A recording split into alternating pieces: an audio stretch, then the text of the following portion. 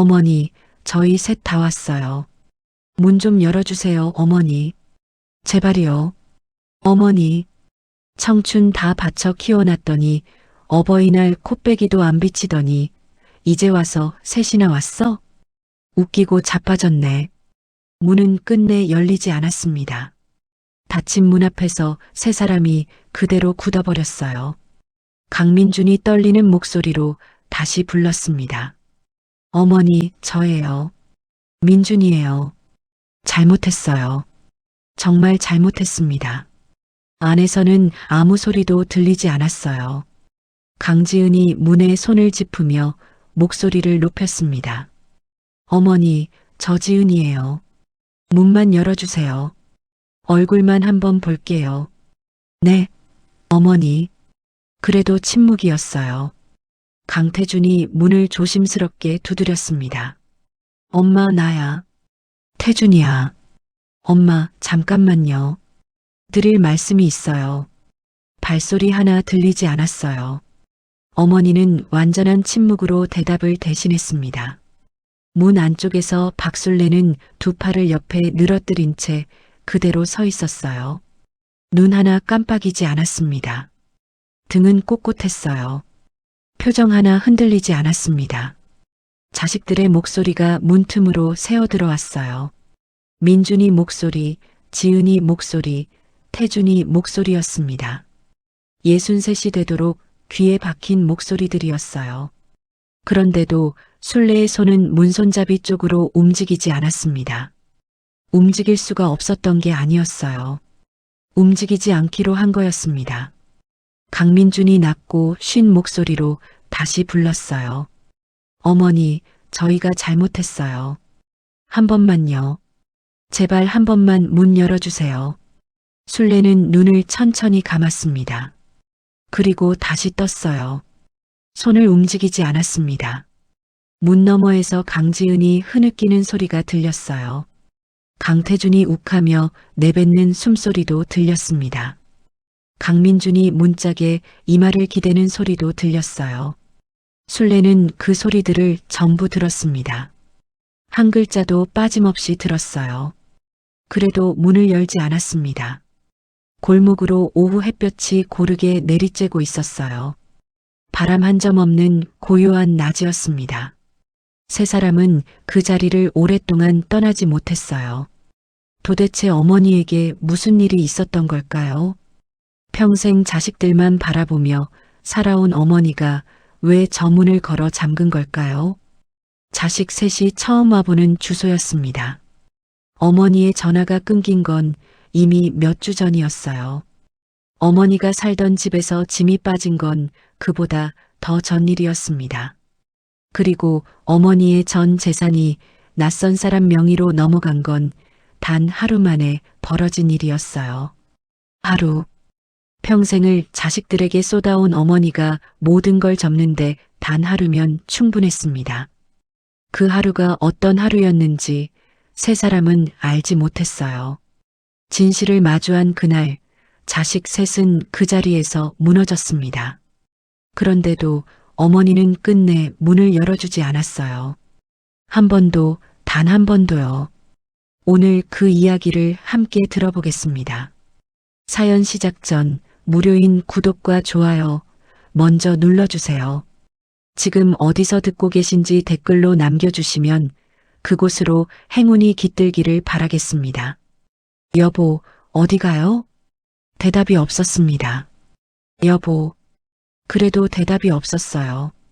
현관문이 닫혔습니다. 철컥. 술래는 그 자리에 서 있었어요. 발이 바닥에 붙어버린 것 같았습니다. 1분이 지났어요. 5분이 지났습니다. 문은 열리지 않았어요. 골목에서 발소리가 들렸습니다. 멀어지는 소리였어요. 점점 작아졌습니다. 그리고 완전히 사라졌어요. 사실 술래는 알고 있었습니다. 오래전부터 알고 있었어요. 남편이 다른 여자를 만나고 있다는 걸요. 퇴근이 늦어지는 날이 많아졌어요. 전화를 받지 않는 날도 늘었습니다. 외박을 하고 돌아온 날 와이셔츠에서 낯선 향수 냄새가 났어요. 술래는 그날 그 와이셔츠를 말없이 세탁기에 넣었습니다. 아무 말도 하지 않았어요. 아이들이 있었으니까요. 민준이 6살, 지은이 3살, 태준이는 돌이 막 지났을 때였습니다. 그 어린 것들 앞에서 흔들릴 수가 없었어요. 그런데 오늘은 남편 손에 가방이 들려 있었습니다. 작은 가방이 아니었어요. 큰 여행 가방이었습니다. 술래는 그 가방을 보는 순간 무릎이 흔들렸어요. 여보, 그 가방은요? 남편은 대답하지 않았습니다. 여보, 그래도 대답이 없었어요. 현관문이 닫혔습니다. 술래는 천천히 현관 바닥에 주저앉았어요. 그리고 봉투 하나를 발견했습니다. 남편이 신발장 위에 올려놓고 간 거였어요. 손이 떨렸습니다. 봉투를 열었어요. 종이 한 장이었습니다.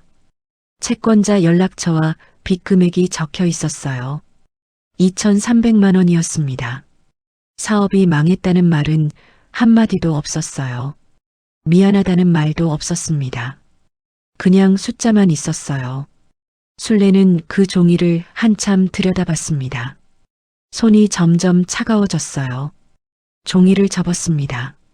다시 봉투에 넣었어요. 냉장고 앞으로 걸어갔습니다. 문을 열었어요. 달걀 하나 없었습니다. 반찬 하나 없었어요.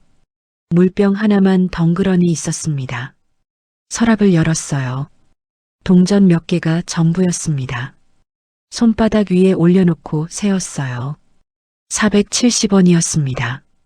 빚은 2,300만 원인데 손 안에는 470원이었어요. 술래는 동전을 다시 서랍에 넣었습니다. 바닥에 힘없이 앉았어요. 두 손으로 입을 막았습니다. 소리가 나오려 했어요. 참았습니다. 아이들이 자고 있었으니까요. 어깨가 흔들렸어요. 눈물이 손등 위로 흘렀습니다. 닦지 않았어요. 태준이가 얇은 담요 밖으로 발을 내밀고 있었습니다. 술래는 기어가서 담요를 끌어올려줬어요. 작은 발이 차가웠습니다. 두 손으로 감쌌어요. 민준이가 잠결에 뒤척였습니다. 엄마. 술래는 숨을 참았어요. 응, 여기 있어. 민준이는 다시 잠들었습니다. 술래는 그 자리에서 한참을 움직이지 않았어요. 민준이 얼굴, 지은이 얼굴, 태준이 얼굴을 차례로 봤습니다. 입술이 떨렸어요. 이를 악물었습니다. 이 세 얼굴 앞에서는 무너질 수가 없었어요. 새벽 2시가 넘었을 거였습니다. 술래는 눈을 감지 않았어요. 눈을 뜨고 새 아이 얼굴을 보고 있으면 버틸 수 있었습니다. 내일 시장에 나가면 자리가 있을까? 채권자가 찾아오면 뭐라고 해야 하나? 아이들 아침을 뭐로 해줄까? 머리가 빠르게 돌아갔어요. 무서웠습니다. 그런데 이상하게도 새 아이 숨소리를 들으면 조금씩 진정이 됐어요. 저 셋이 있으니까요. 저 셋이 있는 한 쓰러질 수 없었습니다. 새벽 4시 술래는 일어났어요. 시장 자리를 맡으러 가야 했으니까요. 나가기 전에 새 아이 이마에 손을 얹었습니다. 따뜻했어요. 그걸로 충분했습니다. 술래는 낡은 점퍼를 걸치고 문을 열었어요. 바깥은 아직 캄캄했습니다. 눈이 그쳐 있었어요. 골목 바닥이 하얗게 얼어 있었습니다. 2,300만 원짜리 빚과 470원을 가진 33 여자의 첫 번째 새벽이었어요. 그 새벽이 이후 수천 번 이어졌습니다. 그 긴 새벽들 동안 자식 셋은 한 번도 엄마를 기다리며 깨어있지 않았어요. 새벽 4시 술래는 시장에 나왔습니다. 손수레를 끌고 골목을 빠져나왔어요. 바퀴가 덜컹거릴 때마다 팔뚝으로 진동이 올라왔습니다. 아직 어두운 골목이었어요. 가로등 불빛 아래로 술래 혼자 걸었습니다. 발바닥이 이미 아팠어요.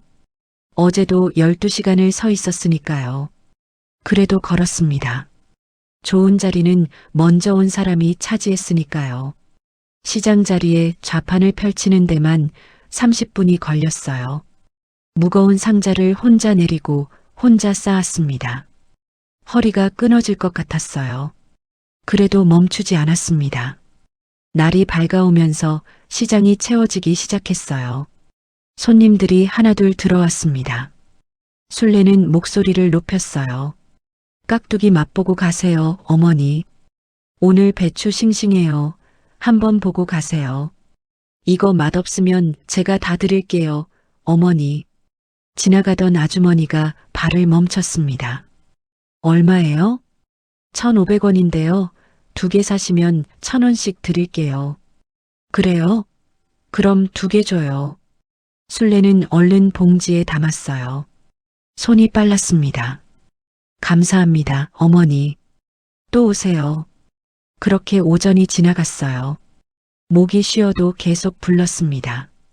한 번이라도 더 팔아야 했으니까요. 밥도 못 먹었어요. 옆 좌판 아주머니가 말을 걸었습니다. 술래 씨, 밥은 먹었어요? 네, 아까 먹었어요. 먹지 않았습니다. 밥값을 아껴야 했으니까요. 물 한 모금 마시고 다시 손님을 불렀어요. 좌판 한쪽에는 도시락 3개가 늘 있었습니다. 민준이 도시락, 지은이 도시락, 태준이 도시락이었어요. 술래 것은 없었습니다. 아이들 것을 먼저 싸고 나면 남는 게 없었어요. 괜찮았습니다. 아이들이 점심을 굶지 않으면 됐으니까요. 오른손 검지에 감은 반창고가 서서히 붉어졌어요. 사흘 전 좌판 상자 모서리에 찢어진 자리였습니다. 병원은 가지 않았어요. 병원비가 없었으니까요. 반창고 하나 붙이고 다음 날 또 나왔습니다. 오늘도 그 손으로 물건을 짚고 봉지를 묶고 거스름돈을 셌어요. 피가 배어나오는 게 느껴졌습니다. 술래는 그 손으로 계속 일했어요. 오후가 되면서 손님이 줄었습니다. 팔다 남은 채소를 정리했어요. 옆 아주머니가 다가왔습니다. 술래 씨, 오늘 많이 팔았어요? 그냥 그랬어요. 아이고, 요즘 경기가 너무 안 좋아. 괜찮아요. 내일 또 하면 되죠. 술래는 웃으며 대답했어요. 웃을 기운이 어디서 나오는지 몰랐습니다. 시장을 마치고 집에 가는 길이었어요. 손수레를 끌고 걷는데 무릎이 갑자기 꺾였습니다. 손수레를 잡아 버텼어요.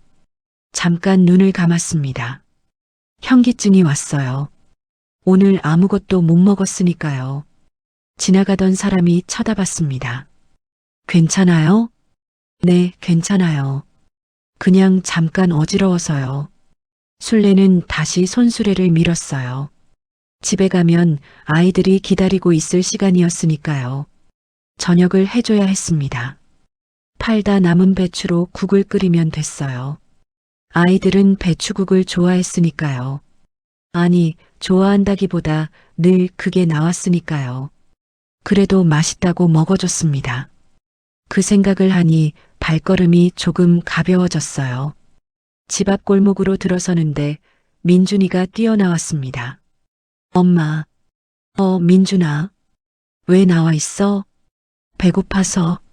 술래는 픽 웃었어요. 들어가 있어. 금방 해줄게. 민준이가 다시 들어갔습니다.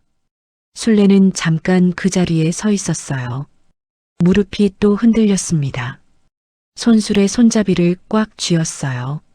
조금만 더 버티면 됐습니다. 저녁 해주고 숙제 봐주고 재우고 나면 그때 쉬면 됐어요. 술래는 다시 걸었습니다. 그게 술래의 하루였어요.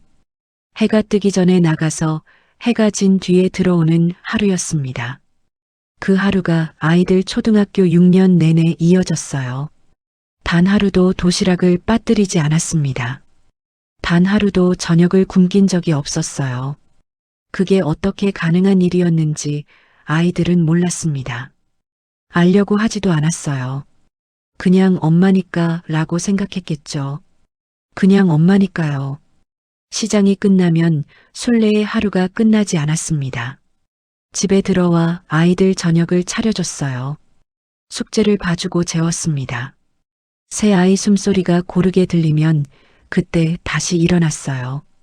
공장 가방을 챙겼습니다. 밤 11시였어요. 어머니, 오늘도 야간이에요? 옆집 아주머니가 골목에서 마주쳤습니다. 네, 조금만 더 하면 돼요. 아이고, 몸이 나만하겠어요? 괜찮아요. 별거 아닌데요. 술래는 웃으며 골목을 빠져나갔습니다. 공장 문을 열고 들어서면 기계 소리가 먼저 쏟아졌어요.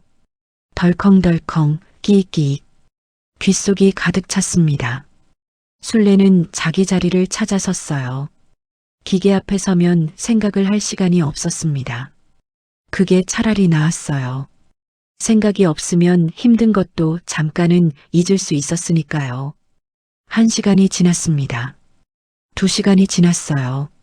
손목이 저려왔습니다. 어깨가 딱딱하게 굳어갔어요. 허리가 쑤셨습니다. 그래도 멈추지 않았어요. 멈추면 그만큼 돈이 깎였으니까요. 옆에서 일하던 여공이 말을 걸었습니다. 술래 씨 손에서 또 피나요. 술래는 내려다봤어요. 반창고가 다시 빨개져 있었습니다. 괜찮아요. 이 정도는 아무것도 아니에요. 병원은 가봤어요? 나중에 가려고요. 나중은 없었습니다. 병원비가 없었으니까요. 반창고 하나 더 붙이고 다시 기계를 돌렸어요. 새벽 1시가 넘어서 잠깐 쉬는 시간이 생겼습니다. 다른 여공들은 컵라면을 먹었어요. 술래 씨도 하나 먹어요. 저는 괜찮아요. 배가 안 고파서요.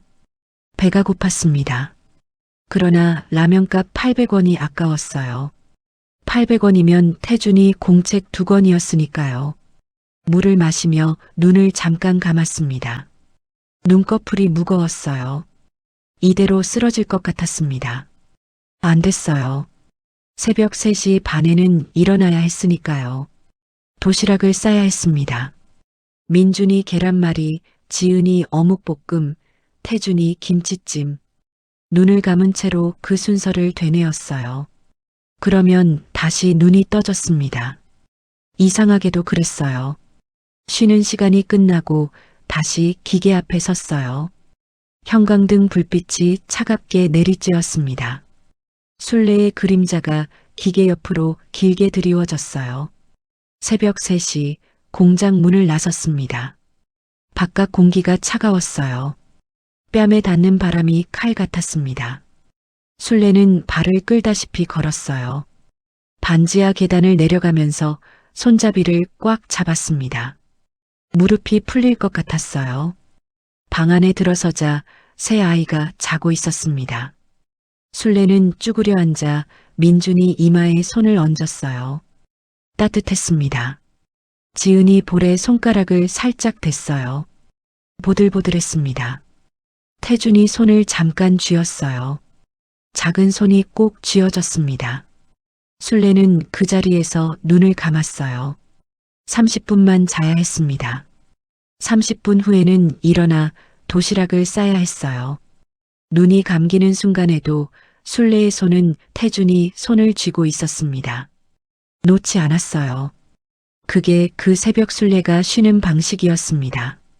아이들 온기를 손바닥으로 느끼면서 잠깐 눈을 붙이는 것. 그것만으로 다음 날을 버틸 수 있었어요. 새벽 3시 반 알람이 울리기 전에 눈이 떠졌습니다. 몸이 이미 기억하고 있었어요.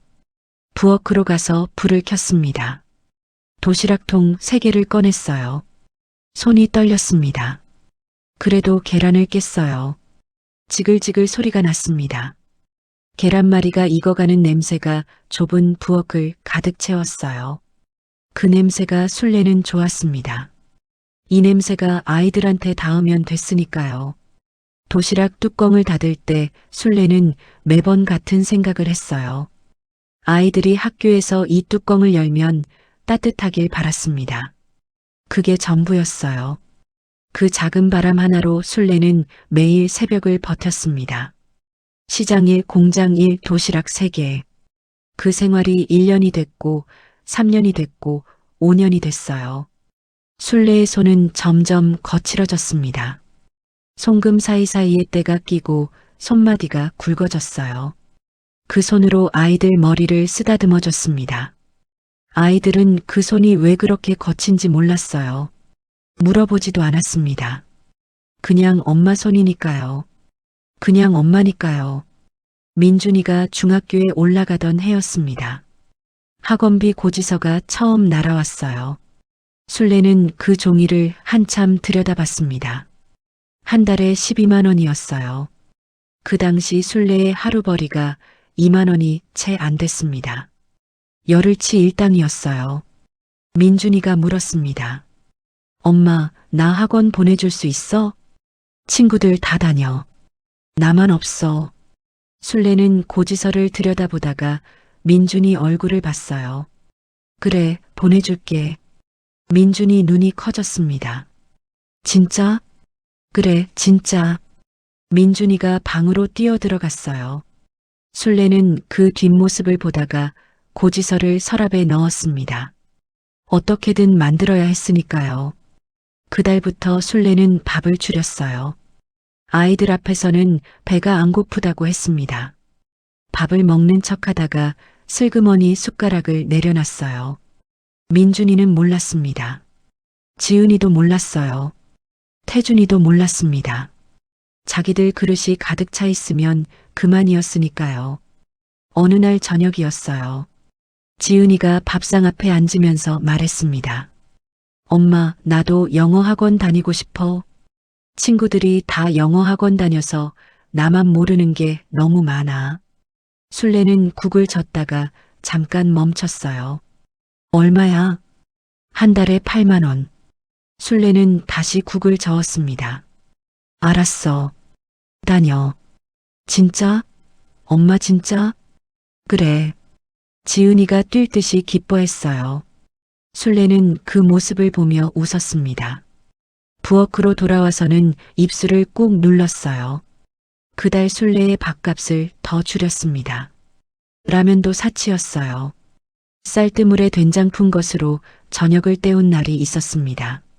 아이들한테는 찌개를 끓였어요. 자기는 설거지하는 척하다가 부엌에서 혼자 먹었습니다. 찬밥 한 덩이였어요. 먹다가 목이 메었습니다. 물 한 모금 마시고 삼켰어요. 괜찮았습니다. 아이들이 배부르면 됐으니까요. 겨울이 되면 더 힘들었어요. 난방비가 올랐습니다. 술래는 자기 방 보일러를 끄고 아이들 방만 틀었어요. 두꺼운 옷을 껴입고 부엌에 앉아 있었습니다. 손가락이 시렸어요. 태준이가 부엌으로 나왔습니다. 엄마, 왜 여기 있어? 응, 그냥 환기시키려고. 춥지 않아? 엄마는 안 추워. 들어가서 자. 태준이가 들어갔어요. 술래는 두 손을 호호 불었습니다. 그러다 민준이 수학 문제집을 펼쳤어요. 모르는 문제에 동그라미를 쳤습니다. 다음 날 시장 아주머니한테 물어보려고요. 그렇게 배워서 민준이한테 가르쳐 줬어요. 어느 날 민준이가 물었습니다. 엄마, 그거 어떻게 알아? 엄마도 공부했지. 민준이는 피식 웃었어요. 엄마가 공부를? 술래도 따라 웃었습니다. 그게 전부였어요. 어느 날 민준이가 받아쓰기 100점짜리 시험지를 들고 왔습니다. 지은이가 그림 대회에서 상장을 받아왔어요. 태준이가 달리기 1등 했다고 뛰어들어온 날이 있었습니다.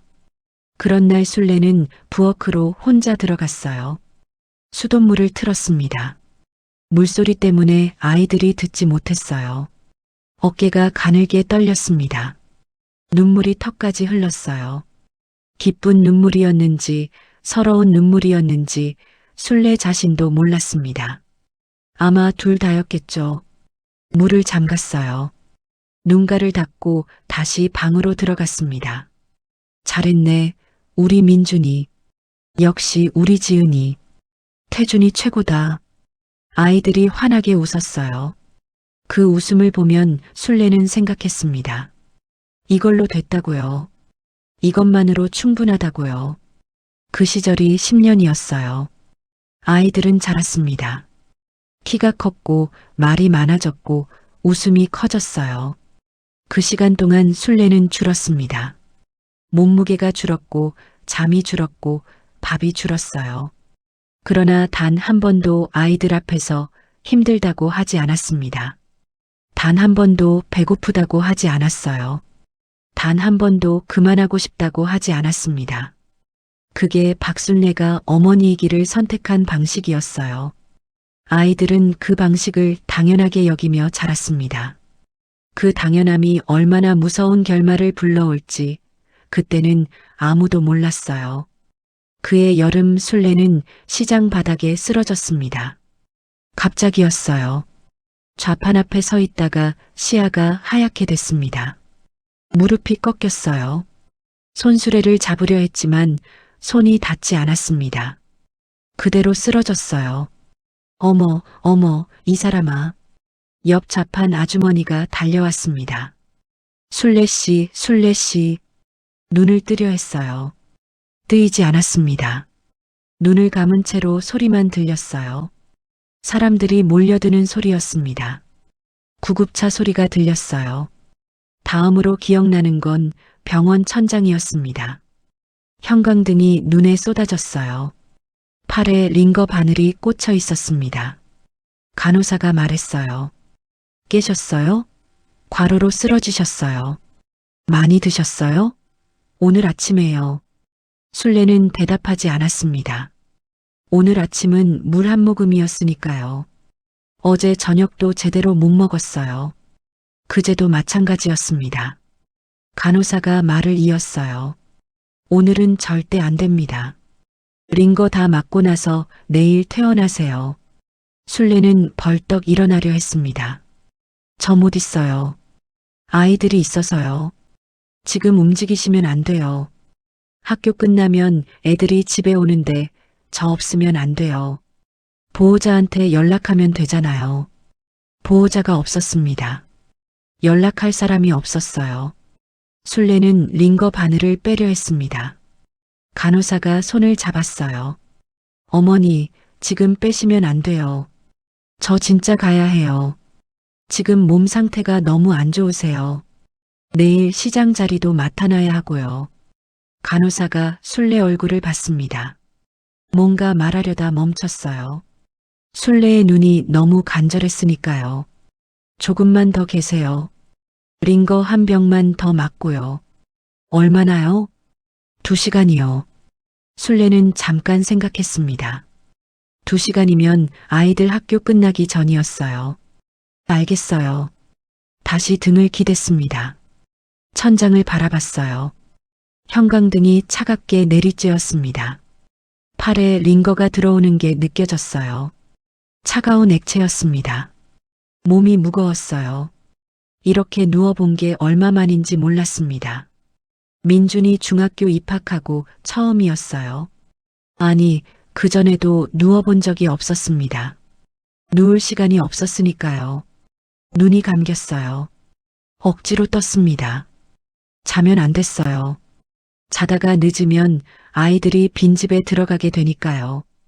그런데 눈꺼풀이 말을 듣지 않았습니다. 스르르 감겼어요. 꿈인지 생시인지 모르게 잠이 왔습니다. 얼마나 잤을까요? 눈을 떴어요. 창문으로 빛이 들어왔습니다. 오후였어요. 번쩍 일어났습니다. 저 지금 몇 시예요? 간호사가 다가왔어요. 3시요. 링거 다 됐어요? 방금 끝났어요. 순례는 바로 자리에서 일어났습니다. 다리가 흔들렸어요. 벽을 짚었습니다. 어머니, 괜찮으세요? 네, 괜찮아요. 괜찮지 않았습니다. 그래도 걸었어요. 옷을 챙겨 입고 복도로 나왔습니다. 원무과 앞에서 진료비 고지서를 받았어요. 42,000원이었습니다. 손이 잠깐 멈췄어요. 이번 달 태준이 준비물 값이었습니다. 순례는 지갑을 열었어요. 돈을 냈습니다. 병원 문을 나서는데 햇볕이 쏟아졌어요. 눈이 부셨습니다. 현기증이 다시 왔어요. 잠깐 눈을 감았다 떴습니다. 걸었어요. 집까지 걸어가야 했습니다. 버스비도 아까웠으니까요. 그날 저녁 아이들한테는 아무 말도 하지 않았어요. 시장에서 좀 늦었다고만 했습니다. 민준이는 고개도 안 들고 게임을 했어요. 지은이는 전화 통화 중이었습니다. 태준이만 쪼르르 달려왔어요. 엄마 밥. 술래는 웃었습니다. 그래, 금방 해줄게. 부엌으로 들어갔어요. 쌀을 씻었습니다. 손이 떨렸어요. 그래도 쌀을 씻었습니다. 그날 쓰러진 것도, 병원 다녀온 것도, 42,000원 나간 것도 아이들은 몰랐어요. 알려주지 않았으니까요. 알려줘서 뭐하나 싶었습니다. 아이들이 걱정할 필요 없었어요. 그냥 엄마가 알아서 하면 됐습니다. 그게 술래가 늘 해온 방식이었어요. 그런데 그날 이후로 술래는 생각했습니다. 내가 진짜 쓰러지면 어떡하나. 그때는 누가 아이들 밥을 해주나. 그 생각이 무서웠어요. 그래서 더 버텼습니다. 쓰러지지 않으려고 더 악착같이 버텼어요. 그게 또 술래를 더 깎아먹었습니다. 그러나 아이들은 그 사실을 몰랐어요. 그날도, 그 다음 날도, 그 이후로도 몰랐습니다. 끝내 알려고 하지 않았어요. 민준이 고등학교 졸업식 날이었습니다. 술래는 아침 일찍 옷장을 열었어요. 제일 나은 옷을 꺼냈습니다. 오래된 흰 블라우스였어요. 다림질을 했습니다. 손이 떨렸어요. 다림질하다 소매를 태울 뻔했습니다. 다시 꼼꼼하게 폈어요. 거울 앞에 서봤습니다. 많이 야위어 있었어요. 볼이 쑥 들어가 있었습니다. 눈밑이 거무스름했어요. 손으로 볼을 한번 매만졌습니다. 어쩔 수 없었어요. 이게 지금 술래의 얼굴이었으니까요. 학교에 도착했을 때 운동장은 이미 가득 찼습니다. 학부모들이 앞자리를 채우고 있었어요. 좋은 옷을 입은 사람들이었습니다. 술래는 뒤쪽으로 갔어요. 가장자리에 섰습니다. 발돋움을 해야 무대가 보였어요. 실례합니다. 조금만 비켜주세요. 앞에 선 아버지가 슬쩍 비켜줬습니다. 감사합니다. 무대가 보였어요. 졸업생들이 줄지어 앉아 있었습니다. 민준이를 찾았어요. 어디 있나, 어디 있나? 거기 있었습니다. 두 번째 줄 왼쪽에서 세 번째였어요. 술래는 숨을 참았습니다. 민준이가 교복 대신 졸업 가운을 입고 있었어요. 어깨가 넓어져 있었습니다. 어느새 저렇게 컸어요. 입술이 떨렸습니다. 강민준. 이름이 호명됐어요. 민준이가 일어났습니다. 무대 위로 걸어갔어요. 교장 선생님이 졸업장을 건넸습니다. 민준이가 두 손으로 받았어요. 그 순간이었습니다. 술래의 눈에서 눈물이 흘렀어요. 닦지 않았습니다. 손수건을 꼭 쥔 채로 그냥 뒀어요. 박수를 쳤습니다. 손바닥이 빨개질 때까지 쳤어요. 민준이는 저 앞에서 웃고 있었습니다. 친구들이랑 졸업장을 들어 올리며 웃고 있었어요. 술래가 거기 있는지 몰랐습니다. 뒤를 돌아보지 않았어요. 괜찮았습니다. 저 웃음을 보면 됐으니까요. 식이 끝나고 학부모들이 앞으로 몰려갔어요. 술래도 천천히 앞으로 걸어갔습니다. 민준이를 찾았어요. 친구들과 사진을 찍고 있었습니다. 술래는 그 옆에서 기다렸어요. 민준이가 뒤를 돌아봤습니다. 엄마 왔어? 응, 왔지. 왜 이렇게 늦게 와? 뒤에 있었어. 민준이는 이미 친구 쪽으로 몸을 돌리고 있었습니다. 야, 우리 사진 한 장만 더 찍자. 술래는 그 뒷모습을 봤어요. 서운했냐고요? 아니었습니다. 저렇게 친구들이랑 웃고 있으면 됐으니까요. 그게 술래가 원한 전부였어요. 나중에 다 같이 찍은 사진을 민준이가 보여줬습니다. 엄마도 찍자. 엄마는 괜찮아. 찍자고. 민준이가 손을 끌었어요. 사진을 찍었습니다. 그 사진 속 술래는 낡은 블라우스를 입고 있었어요. 옆에는 졸업가운을 입은 민준이가 있었습니다. 나중에 그 사진을 술래는 액자에 넣었어요. 낡은 반지하 방 벽에 걸어뒀습니다. 밤마다 그 사진을 봤어요. 그게 그 시절 술래의 낙이었습니다. 지은이 졸업식도 태준이 졸업식도 같았어요. 술래는 항상 가장 뒤에 섰습니다. 항상 가장 낡은 옷을 입었어요. 항상 가장 오래 박수를 쳤습니다. 아이들은 항상 앞에서 친구들과 웃었어요. 엄마가 뒤에서 발돋움하며 자기들을 찾고 있다는 걸 몰랐습니다. 몰라도 됐어요. 저 웃음이 있으면 됐으니까요. 술래는 그렇게 생각했습니다. 그 생각이 틀리지 않았으면 좋았을 텐데요. 그런데 시간이 지나면서 그 생각이 조금씩 흔들리기 시작했어요. 아주 조금씩이었습니다. 처음엔 느끼지도 못할 만큼 작게요. 민준이가 결혼하겠다고 했을 때 술래는 웃었습니다. 잘 됐다. 언제야? 내년 봄이요. 그래, 잘했어. 민준이가 머뭇거렸어요. 엄마, 근데 있잖아. 응, 집을 마련해야 하는데. 술래는 민준이 얼굴을 봤습니다. 얼마나 필요해? 5천만 원만 있으면 전세 들어갈 수 있어요. 5천만 원이었습니다. 술래는 잠깐 눈을 감았어요. 그게 전부였습니다. 술래가 20년 동안 모은 전부였어요. 시장 좌판에서, 공장 야간에서 밥 굶어가며 모은 돈이었습니다. 눈을 떴어요. 알았어. 엄마, 진짜? 그래, 줄게. 민준이 눈이 커졌습니다. 엄마, 그 돈 어디 있어? 있어. 엄마가 모아뒀어. 민준이가 술래 손을 잡았어요. 고마워요, 엄마. 술래는 그 손을 꼭 쥐었습니다. 차갑고 거친 술래 손이었어요. 민준이는 그 손의 거침을 느꼈을까요? 모르겠습니다. 결혼식 날이었어요. 술래는 낡은 한복을 꺼냈습니다. 지은이 결혼식 때 맞춘 한복이었어요. 아니, 지은이 결혼식이 먼저가 아니었습니다.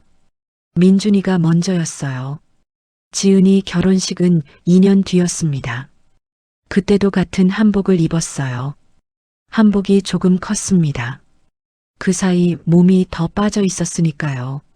식장 안은 밝고 화려했어요. 하객들이 가득 찼습니다.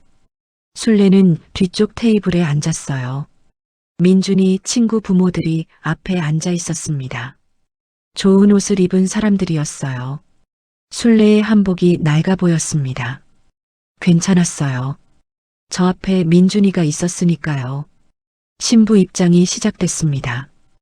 음악이 흘렀어요. 민준이가 앞에 서 있었습니다. 신부가 들어왔어요. 민준이 얼굴이 환해졌습니다. 그 얼굴을 보는 순간 술래의 눈가가 뜨거워졌어요. 손수건을 꺼냈습니다. 눈을 꾹 눌렀어요. 이날을 위해서였습니다. 20년이 이날을 위해서였어요. 식이 끝나고 민준이가 달려왔습니다. 엄마, 사진 찍자. 그래. 사진을 찍었어요. 민준이가 새 신부 손을 잡고 웃었습니다. 술래도 웃었어요. 그 사진이 나중에 액자에 걸렸습니다. 민준이 집에요. 술래 집이 아니었어요. 지은이 결혼식도 같았습니다. 지은이 집 마련에 3천만 원이 들어갔어요. 태준이 결혼식에는 2,500만 원이 들어갔습니다. 세 자식 집 마련을 다 해주고 나서 술래 통장에 남은 돈은 없었어요. 20년이 비었습니다. 술래는 통장을 오래 들여다봤어요. 잔액이 42만 원이었습니다. 닫았어요. 서랍에 넣었습니다. 괜찮았어요. 새 아이가 집이 생겼으니까요. 새 아이가 따뜻한 데서 살면 됐으니까요. 그게 술래가 20년 동안 번 돈으로 할 수 있는 가장 좋은 일이었습니다. 그렇게 생각했어요. 그날 밤 술래는 반지하 방에 혼자 들어왔습니다. 불을 켰어요. 새 아이 사진이 벽에 걸려 있었습니다. 민준이 졸업식 사진, 지은이 상장 사진, 태준이 달리기 1등 사진이었어요. 술래는 그 사진들을 하나씩 봤습니다. 다들 웃고 있었어요. 불을 껐습니다. 누웠어요. 천장이 어두웠습니다. 이제 새 아이는 각자의 집이 생겼어요. 각자의 가정이 생겼습니다. 잘된 거였어요. 그런데 그날 밤 반지하 방이 유독 조용했습니다. 늘 조용했는데 그날따라 더 조용하게 느껴졌어요. 아무 소리도 없었습니다. 새 아이 숨소리가 없었으니까요. 그 숨소리를 들으며 버텨온 세월이었는데요. 술래는 눈을 감았습니다. 오래 걸렸어요. 잠이 오지 않았습니다. 그날 밤이 얼마나 길었는지 몰랐어요. 그런데 아무도 그걸 몰랐습니다. 새 아이는 각자의 따뜻한 집에서 자고 있었으니까요. 어머니가 준 돈으로 마련한 그 집에서요. 새 아이가 각자의 집으로 나간 뒤 술래의 전화는 조용해졌습니다. 처음엔 괜찮았어요. 바쁘겠지 했습니다. 신혼이니까 했어요. 적응하느라 그렇겠지 했습니다. 그런데 일주일이 지나도 연락이 없었어요. 2주일이 지나도 마찬가지였습니다. 술래가 먼저 전화를 눌렀어요. 민준이 번호였습니다. 신호가 갔어요. 받지 않았습니다. 다시 눌렀어요. 또 받지 않았습니다. 문자를 보냈어요. 민준아, 밥은 먹고 다니니? 읽음 표시가 떴습니다. 답장은 없었어요. 다음 날 민준이한테서 전화가 왔습니다. 엄마, 왜 전화했어? 그냥 잘 있나 싶어서. 나 바빠. 무슨 일 있어? 아니, 그냥이면 나중에 연락해. 지금 회의 들어가야 해. 뚝 끊겼습니다. 술래는 전화기를 내려다봤어요. 통화 시간이 23초였습니다. 괜찮았어요. 바쁜 거니까요. 그렇게 생각했습니다. 어느 날 술래는 민준이 집에 찾아갔어요. 반찬을 만들어서요.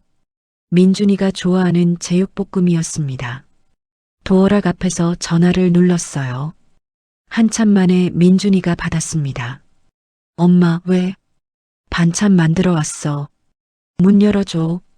잠깐 침묵이 흘렀어요. 지금요? 응. 잠깐만요. 한참 지나서 문이 열렸습니다. 며느리가 서 있었어요. 어머니 오셨어요. 웃고 있었지만 눈이 웃지 않았습니다. 응, 반찬 좀 가져왔어. 아, 네. 며느리가 반찬통을 받아들었어요. 들어오세요. 술래가 들어갔습니다. 민준이가 소파에 앉아 있었어요. 엄마, 연락도 없이 오시면 어떡해요? 그냥 가까운 데 왔다가 들른 거야. 저희 오늘 약속 있거든요. 아, 그래? 그럼 금방 갈게. 며느리가 부엌에서 차를 내왔어요. 소파에 앉아서 차를 마셨습니다. 아무도 말이 없었어요. 민준이는 핸드폰을 보고 있었습니다. 며느리는 창문 쪽을 봤어요. 술래는 차를 마셨습니다. 민준아, 밥은 잘 먹고 다니니? 네. 며느리는 잘 지내? 네. 둘이 사이좋게 지내? 네. 단답이었습니다. 술래는 찻잔을 내려놨어요. 그래, 잘 지내면 됐어. 나갈게. 일어섰습니다. 며느리가 배웅했어요. 조심히 가세요, 어머니. 문이 닫혔습니다. 술래는 복도에 서 있었어요. 엘리베이터 버튼을 눌렀습니다. 문이 열렸어요. 들어갔습니다. 문이 닫혔어요. 거울에 비친 자기 얼굴을 봤습니다. 낡은 옷이었어요. 주름이 깊었습니다. 손에 반찬통이 없었어요. 그 통이 저기 남겨진 채로요. 엘리베이터가 내려갔습니다. 1층에서 문이 열렸어요. 나왔습니다. 아파트 단지를 걸어 나오는데 핸드폰이 울렸어요. 민준이었습니다. 엄마, 응, 다음엔 오시기 전에 먼저 연락 주세요. 며느리가 좀 그래서요. 알았어. 그리고 자주 오시는 건 좀. 말이 끊겼어요. 술래는 걸음을 멈췄습니다. 알았어. 네, 그럼 조심히 가세요. 뚝 또 끊겼습니다. 술래는 한참 서 있었어요. 아파트 단지 아니었습니다. 나무들이 심겨 있었어요. 바람이 불었습니다. 잎이 흔들렸어요. 술래는 다시 걸었습니다. 버스 정류장까지 걸어가야 했어요. 자주 오지 말라고 했습니다.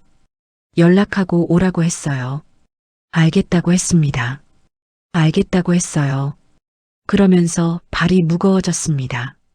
반지하 계단을 내려가는데 무릎이 흔들렸어요. 손잡이를 잡았습니다. 방 안으로 들어왔어요. 불을 켰습니다. 벽에 민준이 사진이 있었어요. 졸업식 날 사진이었습니다. 그 시절 민준이 얼굴이었어요. 환하게 웃고 있었습니다. 술래는 그 사진을 한참 봤어요. 그리고 부엌으로 가서 밥을 차렸습니다. 혼자 먹었어요.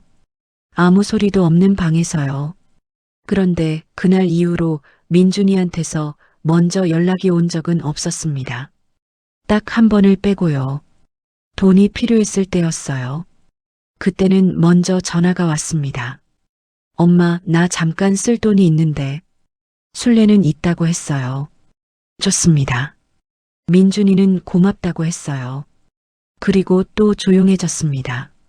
그게 이후로도 반복됐어요. 필요할 때만 전화가 왔습니다. 필요가 없으면 조용했어요. 술래는 그 패턴을 알면서도 전화를 기다렸습니다. 어떤 이유로든 연락이 오면 좋았으니까요. 그게 어머니였습니다. 그게 박순례였어요. 지은이는 시집가고 나서 달라졌습니다. 처음엔 티가 안 났어요. 신혼이라 바쁜 거라고 생각했습니다. 그런데 1년이 지나도 2해가 지나도 마찬가지였어요. 술래가 전화를 하면 짧게 받았습니다. 엄마, 나 바빠. 응, 알았어. 잘 지내지? 응, 잘 지내. 끊을게. 그게 전부였어요. 명절이 됐습니다. 술래는 전날부터 음식을 했어요. 지은이가 좋아하는 잡채, 민준이가 좋아하는 갈비찜, 태준이가 좋아하는 전이었습니다. 새벽부터 일어나서 했어요. 손이 아팠지만 했습니다. 그런데 지은이한테서 전화가 왔어요. 엄마, 나 올해 명절에 못 가. 왜? 시댁에 가야 해서. 그래. 응, 미안해. 끊겼습니다. 민준이도 장인어른 댁에 간다고 했어요. 태준이도 처가에 간다고 했습니다. 술래는 혼자 차린 명절 상 앞에 앉았어요. 잡채가 있었습니다. 갈비찜이 있었어요. 전이 있었습니다. 다 식어가고 있었어요. 혼자 조금 먹었습니다. 나머지는 이웃집에 나눠줬어요. 그 뒤로도 명절은 비슷했습니다. 가끔 지은이가 왔어요. 남편과 같이 왔습니다. 잠깐 앉았다가 갔어요. 밥도 안 먹고 갈 때가 많았습니다. 엄마, 우리 저녁 약속 있어서. 그래, 그럼 가야지. 응, 다음에 또 올게. 다음에는 한참 뒤였어요. 어느 날 술래가 지은이 집에 찾아갔습니다. 반찬을 들고요. 초인종을 눌렀어요. 한참 만에 지은이가 나왔습니다. 엄마, 연락도 없이 왜 와? 반찬 가져왔어. 그냥 집에 보내면 되잖아. 보내면 상하잖아. 지은이가 문을 열어줬습니다. 들어갔어요. 지은이는 소파에 앉더니 전화를 받았습니다. 통화를 시작했어요. 술래는 서 있었습니다. 부엌에 반찬을 넣어도 되냐고 물으려 했어요. 지은이는 통화 중이었습니다. 술래는 혼자 부엌으로 갔어요. 냉장고를 열었습니다. 반찬을 넣었어요. 지은이는 아직 통화 중이었습니다. 술래는 거실로 나왔어요. 소파 가장자리에 앉았습니다. 지은이가 통화하는 소리가 들렸어요. 친구 이야기였습니다. 주말에 어디 가자는 이야기였어요. 웃음소리가 났습니다. 술래는 손을 무릎 위에 올려놨어요. 기다렸습니다. 10분이 지났어요. 20분이 지났습니다. 지은이는 아직 통화 중이었어요. 술래는 일어났습니다. 지은아, 엄마 간다. 지은이가 손을 흔들었어요. 통화를 끊지 않았습니다. 술래는 혼자 신발을 신었어요. 혼자 문을 열었습니다. 복도로 나왔어요. 문이 닫혔습니다. 지은이 웃음소리가 문 너머로 들렸어요. 아직 통화 중이었습니다. 술래는 엘리베이터를 탔어요. 내려갔습니다. 아파트 단지를 나왔어요. 걸으면서 핸드폰을 봤습니다. 지은이한테서 문자가 와 있었어요. 엄마 조심히 가. 딱 5글자였습니다. 술래는 그 문자를 한참 봤어요. 괜찮았습니다. 잘 지내고 있다는 거니까요. 그렇게 생각하려 했어요. 그런데 발이 무거웠습니다. 이상하게 발이 무거웠어요. 어느 날은 술래가 몸이 좋지 않았습니다. 오한이 났어요. 누워 있었는데 지은이 생각이 났습니다. 전화를 눌렀어요. 엄마 왜? 지은아, 엄마가 좀 몸이 안 좋아서. 병원은 갔어? 아직? 그럼 빨리 가봐. 나 지금 바쁜데. 응, 알았어. 바쁘구나. 응, 나중에 전화할게. 끊겼습니다. 나중에 전화가 오지 않았어요. 사흘이 지났습니다. 술래는 혼자 병원에 다녀왔어요. 독감이었습니다. 혼자 약을 먹었어요. 혼자 이불을 뒤집어 쓰고 누워 있었습니다. 옆에 아무도 없었어요. 물 한 잔 가져다 줄 사람이 없었습니다. 괜찮았어요. 혼자 할 수 있었으니까요. 그런데 열이 높은 밤에는 이상한 생각이 들었습니다. 내가 여기서 쓰러지면 아무도 모르겠구나. 그 생각이 오래 남았어요. 오래오래 남았습니다. 그래도 지은이한테 말하지 않았어요. 걱정 끼치기 싫었으니까요. 그게 어머니였습니다. 말하지 않고 혼자 삭히는 게 어머니였어요. 그런데 그 침묵이 자식들한테는 아무 일도 없다는 뜻으로 읽혔습니다. 아무 일도 없으니 연락 안 해도 된다는 뜻으로요. 그 오해가 쌓이고 쌓였어요. 아주 오랫동안 쌓였습니다. 태준이는 셋 중에 가장 많이 받았습니다. 막내니까요. 위에 2명이 있으니 술래가 더 신경을 썼어요. 태준이 대학 등록금도 술래가 됐습니다. 취업 준비할 때 생활비도 술래가 보탰어요. 결혼할 때 집도 술래가 마련해줬습니다. 그런데 태준이는 그게 당연한 줄 알았어요. 고마워요 라는 말을 한 적이 있었는지 몰랐습니다. 어느 날 술래가 태준이 집에 갔어요. 음식을 잔뜩 해서 들고 갔습니다. 태준이가 좋아하는 김치찜이었어요. 도어락을 눌렀습니다. 태준이가 문을 열었어요. 엄마. 반갑지 않은 목소리였습니다. 응, 음식 해왔어. 또요? 또요 였습니다. 술래는 웃었어요. 맛있는 거 해왔어. 들어가도 돼? 네. 태준이는 이미 소파로 돌아가고 있었어요. 술래가 들어갔습니다. 부엌에 음식을 내려놨어요. 태준아, 밥 먹었어? 아직이요. 그럼 같이 먹을까? 저 좀 이따가 먹으려고요. 그래, 그럼 데워놓을게. 냄비를 올렸습니다. 김치찜이 끓기 시작했어요. 냄새가 퍼졌습니다. 태준이는 소파에서 핸드폰을 보고 있었어요. 술래는 밥을 차렸습니다. 태준아, 나와서 먹어. 네. 그러나 태준이는 나오지 않았어요. 술래는 다시 불렀습니다. 태준아, 잠깐만요. 5분이 지났어요. 태준이가 나왔습니다. 소파에 앉던 자세 그대로 식탁 의자를 끌어당겼어요. 핸드폰을 보면서 밥을 먹었습니다. 술래는 맞은편에 앉았어요. 맛있어? 네. 더 먹어. 네. 핸드폰에서 눈을 떼지 않았습니다. 태준아, 요즘 회사는 어때? 그냥요. 힘들지는 않아?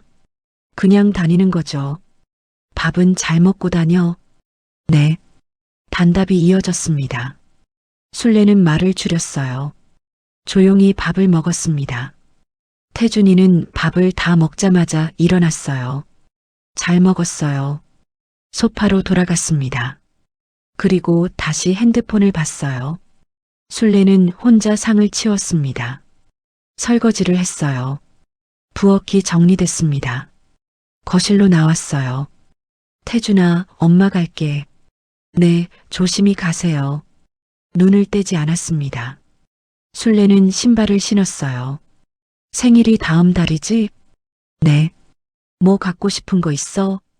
태준이가 그때서야 핸드폰에서 눈을 뗐어요. 엄마, 저 요즘 필요한 게 있긴 한데. 뭐야? 노트북이요. 회사에서 쓸 거 하나 사려고요. 얼마야? 한 150만 원 정도요. 술래는 잠깐 멈췄습니다. 알았어. 진짜요? 엄마 돈 있어요? 있어. 태준이 표정이 밝아졌습니다. 엄마 최고다. 그 말 한마디에 술래는 웃었어요. 오늘 처음 듣는 다정한 말이었으니까요. 그래, 최고는. 보내줄게. 고마워요, 엄마. 문을 나서는데 태준이가 불렀습니다. 엄마. 술래가 돌아봤어요. 조심히 가요. 그게 전부였습니다. 술래는 계단을 내려갔어요. 150만 원이었습니다. 이번 달 시장 수입 전부였어요. 그런데 태준이가 엄마 최고다 라고 했습니다. 그 한마디가 계단을 내려가는 발을 가볍게 했어요. 그게 어머니였습니다. 150만 원을 주고도 엄마 최고다 한마디에 발이 가벼워지는 게 어머니였어요. 며칠 뒤 돈을 보내줬습니다. 태준이한테서 연락이 왔어요. 노트북 샀어요. 감사합니다. 그게 전부였습니다. 그 이후로 태준이한테서 연락이 온 건 또 한참 뒤였어요. 또 필요한 게 생겼을 때였습니다. 술래는 그때도 줬어요. 줄 수 있을 때 주는 게 어머니니까요. 그런데 술래 통장은 점점 얇아졌습니다. 몸도 점점 얇아졌어요. 그래도 아무도 몰랐습니다. 태준이도 민준이도 지은이도 몰랐어요. 어머니가 얼마나 얇아지고 있는지를요. 알려고 하지 않았으니까요. 그냥 엄마니까요. 엄마는 원래 다 있고 다 줄 수 있는 사람이니까요. 그 생각이 세 자식 모두의 머릿속에 단단하게 박혀 있었습니다. 그 생각이 깨지는 날이 오리라고는 아무도 몰랐어요. 그해 겨울, 술래는 혼자 알아누웠습니다. 몸살이었어요. 아침부터 온몸이 쑤셨습니다. 열이 올랐어요. 이불을 뒤집어 썼지만 한기가 가시지 않았습니다. 부엌에 가서 물을 한 잔 떠왔어요. 약을 꺼냈습니다. 손이 떨렸어요. 약을 먹었습니다. 다시 누웠어요. 천장이 빙글빙글 도는 것 같았습니다. 눈을 감았어요. 잠이 오지 않았습니다. 몸이 너무 아팠으니까요. 한참 누워 있다가 핸드폰을 들었어요. 민준이 번호를 눌렀습니다. 통화 버튼 바로 앞에서 멈췄어요. 지금 회의 중일 수도 있었습니다. 바쁠 수도 있었어요. 지워버렸습니다. 지은이 번호를 눌렀어요. 또 멈췄습니다. 지은이는 시댁일로 바쁜 때였어요. 괜히 부담 주기 싫었습니다. 지워버렸어요. 태준이 번호를 눌렀습니다. 또 멈췄어요. 태준이한테 전화하면 또 어떡해요. 소리 들을 것 같았습니다. 지워버렸어요. 핸드폰을 내려놨습니다. 천장을 봤어요. 물 한 잔을 마셨습니다. 짜게 느껴졌어요. 입맛이 없었습니다. 괜찮아. 혼잣말을 했어요. 하루 자면 낫겠지. 그렇게 생각했습니다. 그런데 밤이 됐어요. 열이 더 올랐습니다. 이불이 흠뻑 젖었어요. 몸을 뒤척였습니다. 관절이 쑤셨어요. 핸드폰을 다시 들었습니다. 민준이 번호가 화면에 떴어요. 오래 봤습니다. 오래오래 봤어요. 눌렀습니다. 신호가 갔어요. 한 번, 두 번, 세 번. 받지 않았습니다. 끊겼어요. 잠시 후 문자가 왔습니다. 지금 자리 중인데 무슨 일이야? 술래는 문자를 봤어요.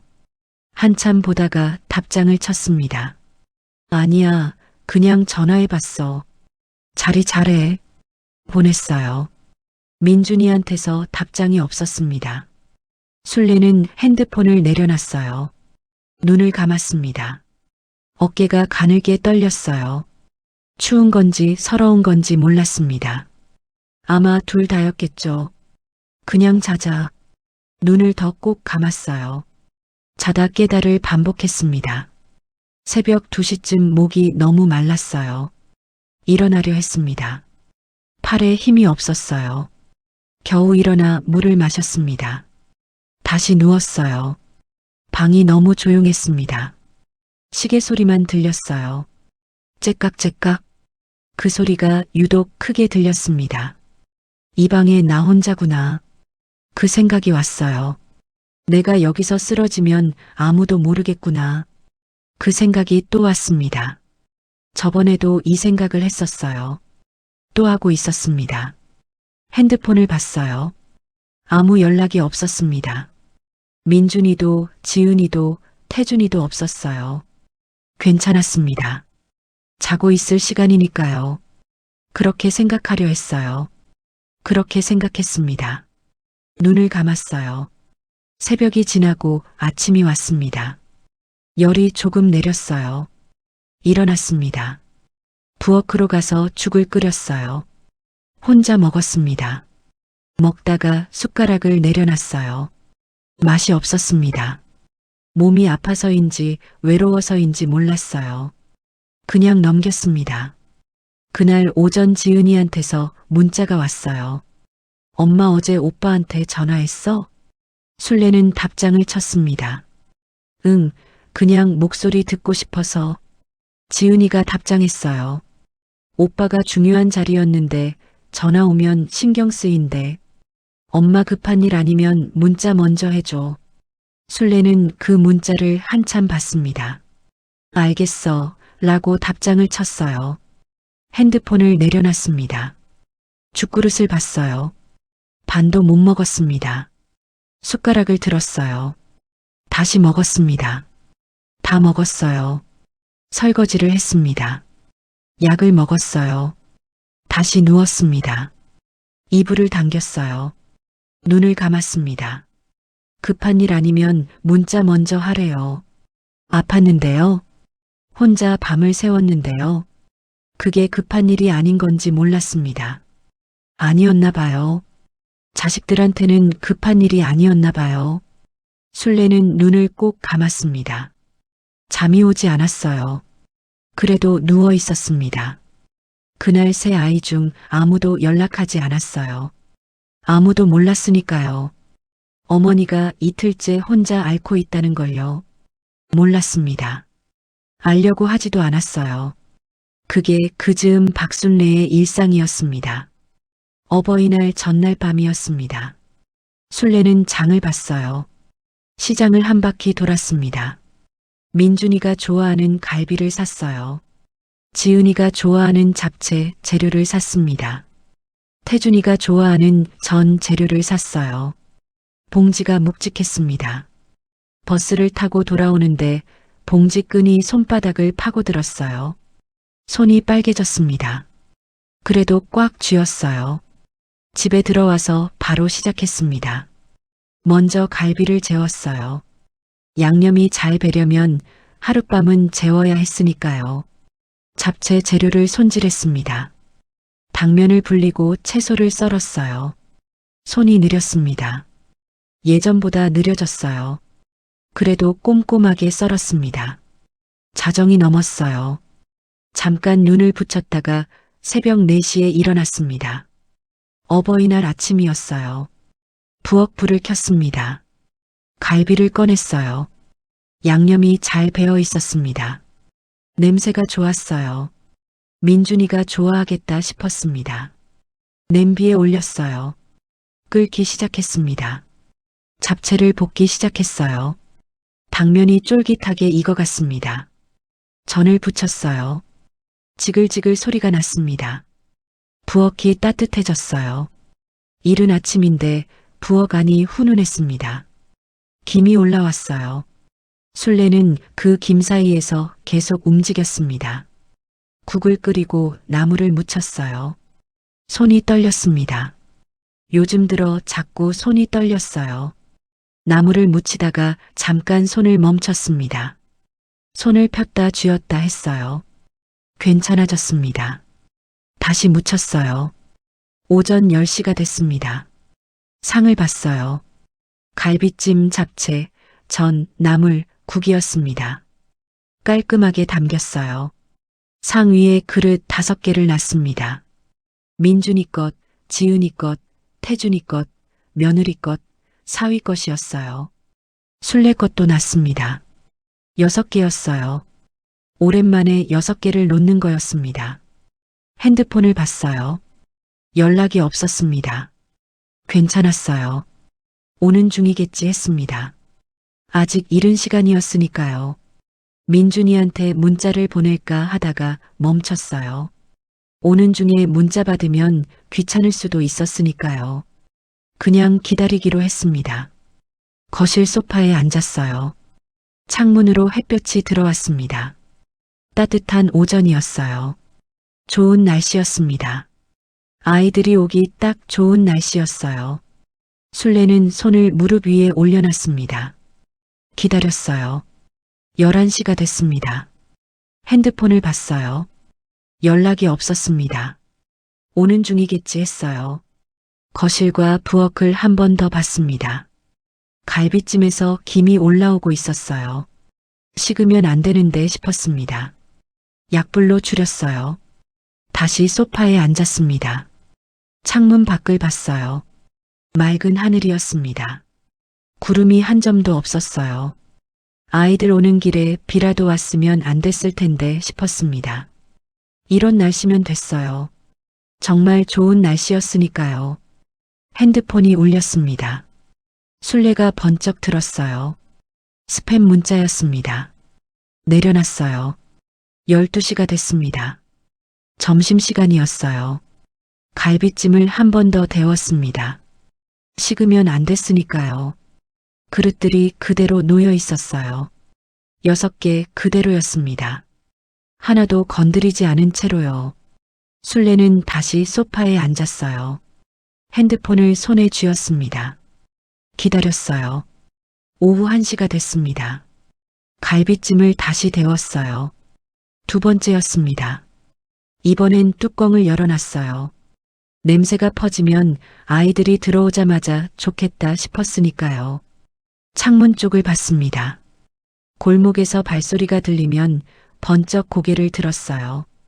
지나가는 사람이었습니다. 다시 소파에 앉았어요. 오후 2시가 됐습니다. 민준이한테 전화를 눌렀어요. 신호가 갔습니다. 받지 않았어요. 문자를 보냈습니다. 민준아, 엄마 집에 밥 해놨는데 오늘 오니? 읽음이 됐어요. 답장이 없었습니다. 지은이한테도 문자를 보냈어요. 지은아, 오늘 어버이날인데 밥 먹으러 올 수 있어. 읽음이 됐습니다. 답장이 없었어요. 태준이한테도 보냈습니다. 태준아, 엄마가 갈비찜 해놨어. 오늘 올 수 있어. 이건 읽지도 않았어요. 술래는 핸드폰을 소파에 내려놨습니다. 오후 햇볕이 창문으로 길게 들어왔어요. 밥상 위로 햇볕이 닿았습니다. 갈비찜 국물이 햇볕에 빛났어요. 잘 됐다 싶었습니다. 맛있어 보였으니까요. 아이들이 오면 맛있다고 하겠다 싶었어요. 오후 3시가 됐습니다. 갈비찜을 3번째 데웠어요. 잡채가 불기 시작했습니다. 당면이 퍼지면 안 됐어요. 젓가락으로 조심스럽게 뒤집었습니다. 아직 먹을 만했어요. 저는 식으면 눅눅해지니까 팬에 다시 올렸습니다. 지글지글 소리가 났어요. 노릇하게 다시 구워졌습니다. 그릇에 담았어요. 상 위에 다시 올렸습니다. 괜찮아 보였어요. 아직 괜찮아 보였습니다. 오후 4시가 됐어요. 태준이 문자를 읽었습니다. 읽음만 됐어요. 답장이 없었습니다. 술래는 핸드폰을 들었다 놨다 했어요. 전화를 한 번 더 할까 생각했습니다. 하지 않았어요. 한 번 했으니까요. 2번은 귀찮을 수도 있었으니까요. 기다리기로 했습니다. 오다가 연락하겠지 했어요. 오후 5시가 됐습니다. 창문 밖 하늘이 주황빛으로 물들었어요. 저녁이 되고 있었습니다. 술래는 그 하늘을 봤어요. 곱다 싶었습니다. 아이들이 오면 저 하늘도 같이 보자 했어요. 밥 먹고 나서 잠깐 나가도 좋겠다 싶었습니다. 갈비찜을 4번째 데웠어요. 국물이 조금 줄어 있었습니다. 물을 조금 더 넣었어요. 간을 봤습니다. 아직 괜찮았어요. 오후 6시가 됐습니다. 하늘이 어두워지기 시작했어요. 술래는 거실 불을 켰습니다. 밥상 위가 환해졌어요. 갈비찜, 잡채, 전, 나물, 국이었습니다. 아직 6그릇이 그대로였어요. 하나도 건드리지 않은 채로였습니다. 핸드폰을 봤어요. 세 아이 모두 답장이 없었습니다. 술래는 핸드폰을 소파에 내려놨어요. 손을 무릎 위에 올렸습니다. 가만히 앉아 있었어요. 창문 밖이 어두워졌습니다. 밥상 위 음식들이 식어갔어요. 갈비찜 국물 위로 기름이 하얗게 굽기 시작했습니다. 잡채가 서로 들러붙었어요. 전이 축 늘어졌습니다. 술래는 그걸 봤어요. 일어나지 않았습니다. 오후 7시가 됐어요. 핸드폰이 울렸습니다. 번쩍 들었어요. 스팸이었습니다.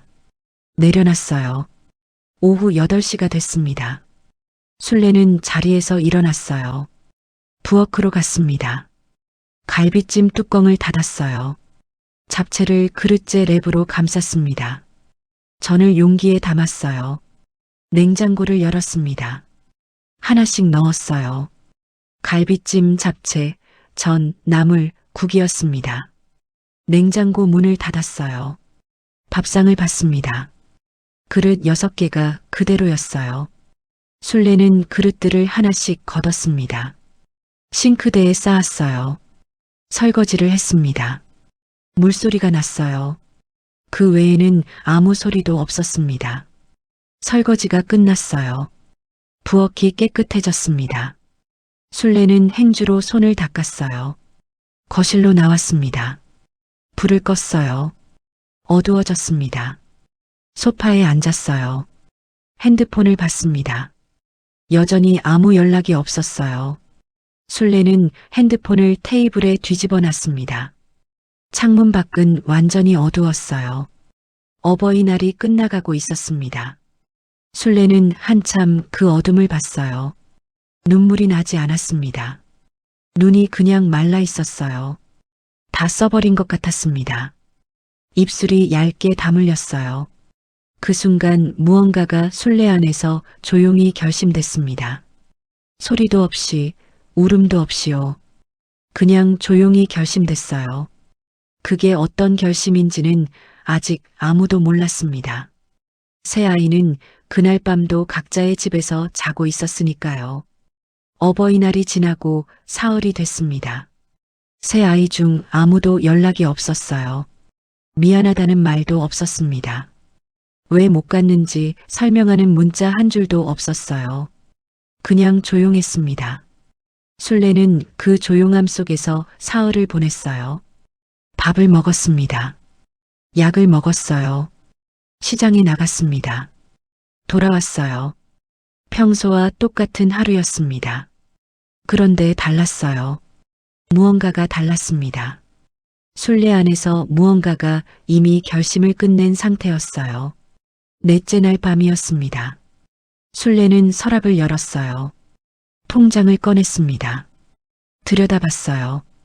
오래 들여다봤습니다. 그리고 서류를 꺼냈어요. 부동산 서류였습니다. 술래가 가진 유일한 재산이었어요. 낡은 이 집이었습니다. 반지하가 아니었어요. 몇 해 전 시장 근처에 조그만 집을 하나 장만했었습니다. 아이들한테 말하지 않은 집이었어요. 아이들이 알면 달라고 할 것 같았으니까요. 그 집이었습니다. 술래는 서류를 펼쳤어요. 한참 봤습니다. 펜을 집었어요. 천천히 뭔가를 적었습니다. 손이 떨렸어요. 그래도 멈추지 않았습니다. 다 적고 나서 펜을 내려놨어요. 종이를 받습니다. 접었어요. 봉투에 넣었습니다. 봉투를 닫았어요. 책상 위에 올려놨습니다. 그리고 핸드폰을 들었어요. 전화를 눌렀습니다. 한 군데가 아니었어요. 두 군데였습니다. 첫 번째는 법무사 사무소였어요. 내일 뵐 수 있을까요? 네, 오전에 오시면 됩니다. 감사합니다. 끊었어요. 두 번째는 오태섭이었습니다. 저 내일 좀 뵐 수 있을까요? 그럼요, 언제든지요. 감사합니다. 끊었어요. 핸드폰을 내려놨습니다. 벽에 걸린 사진을 봤어요. 민준이 졸업식 사진이었습니다. 지은이 상장 사진이었어요. 태준이 달리기 1등 사진이었습니다. 세 아이가 다 웃고 있었어요. 술래는 그 사진들을 오래 봤습니다. 일어났어요. 사진들을 한 장씩 내렸습니다. 액자에서 사진을 꺼냈어요. 조심스럽게 접었습니다. 봉투에 넣었어요. 서랍에 넣었습니다. 빈 액자만 벽에 남았어요. 술래는 그 빈 액자를 봤습니다. 그리고 불을 껐어요. 어두워졌습니다. 이불을 폈어요. 누웠습니다. 눈을 감았어요. 잠이 들었습니다. 오랜만에 빨리 잠이 들었어요. 결심이 끝난 사람의 잠이었습니다. 다음 날 아침 술래는 일찍 일어났어요. 밥을 먹었습니다. 깔끔하게 차려입었어요. 가방을 챙겼습니다. 법무사 사무소에 갔어요. 서류에 도장을 찍었습니다. 명예 이전이었어요. 오태섭 앞으로였습니다. 법무사가 물었어요. 확실하십니까? 네. 나중에 번복이 어렵습니다. 알아요. 그래도 괜찮으십니까? 네. 도장을 찍었습니다. 끝이었어요. 술래는 사무소를 나왔습니다. 햇볕이 쏟아졌어요. 따뜻한 날이었습니다. 술래는 잠깐 눈을 감았어요. 햇볕이 얼굴 위로 쏟아졌습니다. 따뜻했어요. 오래 서 있었습니다. 그리고 걸었어요. 발이 가벼웠습니다. 이상하게 발이 가벼웠어요. 50년 동안 등에 지고 살던 무언가가 사라진 것 같았습니다. 그 무언가가 무엇인지 설명하기 어려웠어요. 그냥 가벼웠습니다. 그냥 홀가분했어요. 오태섭 집으로 걸어갔습니다. 문을 두드렸어요. 오태섭이 나왔습니다. 오셨어요. 네. 들어오세요. 술래가 들어갔어요. 그리고 그날 이후 술래는 그 집에서 나오지 않았습니다. 낡은 집 열쇠는 우편함에 넣어뒀어요. 새 아이한테는 아무 연락도 하지 않았습니다. 그게 박술래의 마지막 선택이었어요. 새 아이는 그 사실을 며칠 뒤에야 알았습니다. 아무도 어버이날에 가지 않았다는 걸 서로 확인하고 나서야요. 그때는 이미 늦어 있었어요. 많이 늦어 있었습니다. 어버이날이 지나고 닷새가 됐습니다. 먼저 연락한 건 지은이었어요. 단톡방에 메시지가 올라왔습니다. 오빠 엄마한테 어버이날에 갔어? 민준이가 답했어요. 나 그날 중요한 약속 있었는데. 태준이 갔겠지. 태준이가 답했습니다. 나도 그날 친구 결혼식이었는데. 오빠 간 거 아니야? 세 사람 사이에서 잠깐 침묵이 흘렀어요. 지은이가 다시 썼습니다. 잠깐, 그럼 아무도 안 간 거야? 민준이가 썼어요. 뭐, 네가 간 거 아니야? 태준이가 썼습니다. 나 진짜 오빠 간 줄 알았는데. 지은이가 썼어요. 어떻게? 아무도 안 간 거잖아. 세 사람이 카페에 모였습니다. 민준이가 먼저 입을 열었어요. 그날 내가 진짜 중요한 미팅이 있었어. 너희 중 하나는 갔을 줄 알았지. 오빠가 큰아들이잖아. 오빠가 챙겼어야지. 지은이가 말했습니다. 나는 그날 시댁일이 있었다고. 나한테만 그러지 마. 저도 결혼식이었다고요. 진짜로요. 태준이가 끼어들었어요. 변명은 다 됐고 지금 엄마한테 연락해야 하는 거 아니야? 민준이가 핸드폰을 들었습니다. 순례한테 전화를 눌렀어요. 신호가 갔습니다. 받지 않았어요. 다시 눌렀습니다. 또 받지 않았어요. 왜 안 받지? 지은이가 문자를 보냈습니다. 엄마, 전화 받아봐. 읽히지 않았어요. 태준이도 눌렀습니다. 역시 받지 않았어요. 세 사람이 서로 받습니다. 직접 가보자. 민준이가 말했어요. 세 사람이 일어났습니다. 순례집으로 달려갔어요. 도어락 앞에서 민준이가 번호를 눌렀습니다. 삑, 삑, 삑, 삑. 오류음이 났어요. 다시 눌렀습니다. 또 오류음이 났어요. 번호가 바뀐 거야? 아니면 비밀번호 틀린 거 아니야? 내가 아는 번호가 맞는데. 태준이가 문을 두드렸습니다. 엄마, 나야. 태준이야. 아무 소리도 없었어요. 엄마. 역시 조용했습니다. 옆집 문이 열렸어요. 이웃 할머니가 나왔습니다. 거기 순례 씨 찾아요? 네, 저희 자식들인데요. 할머니가 세 사람을 봤어요. 며칠 전에 이사 갔어요. 세 사람이 굳었습니다. 이사요? 응, 짐 다 빼가더라고. 인사도 없이 갔어. 어디로 갔는지 아세요? 나도 몰라. 그냥 조용히 가더라고. 할머니가 문을 닫았습니다. 세 사람은 그 자리에 서 있었어요. 민준이가 다시 핸드폰을 들었습니다. 순례한테 전화를 눌렀어요. 신호가 갔습니다. 받지 않았어요. 지은이가 문자를 보냈어요. 엄마, 어디 있어? 연락 좀 해줘. 읽히지 않았습니다. 태준이가 문손잡이를 당겼어요. 문이 열렸습니다. 잠겨 있지 않았어요. 세 사람이 안으로 들어갔습니다. 텅 비어 있었어요. 가구가 없었습니다. 벽에 아무것도 없었어요. 빈 액자 하나만 벽에 걸려 있었습니다. 지은이가 그 액자를 봤어요. 이게 뭐야? 사진이 없었습니다. 빈 액자였어요. 세 개였습니다. 지은이 손가락이 떨렸어요. 우리 사진 있던 거잖아. 민준이가 방을 둘러봤습니다. 아무것도 없었어요. 부엌도 비어 있었습니다. 냉장고도 없었어요. 이불도 없었습니다. 순례가 살던 흔적이 지워져 있었어요. 태준이가 현관 쪽을 봤습니다. 우편함이 보였어요. 열었습니다. 열쇠 하나가 있었어요. 이 집 열쇠였습니다. 태준이 손이 멈췄어요. 이거 엄마가 넣어놓은 거다. 세 사람이 그 열쇠를 봤습니다. 아무 말도 나오지 않았어요. 텅 빈 방 안에서 세 사람이 서 있었습니다. 창문으로 오후 햇볕이 들어왔어요. 아무것도 없는 바닥 위로 빛이 내려앉았습니다. 먼지 하나 없었어요. 깨끗하게 비워진 방이었습니다. 어머니가 마지막까지 깨끗하게 닦고 나간 거였어요.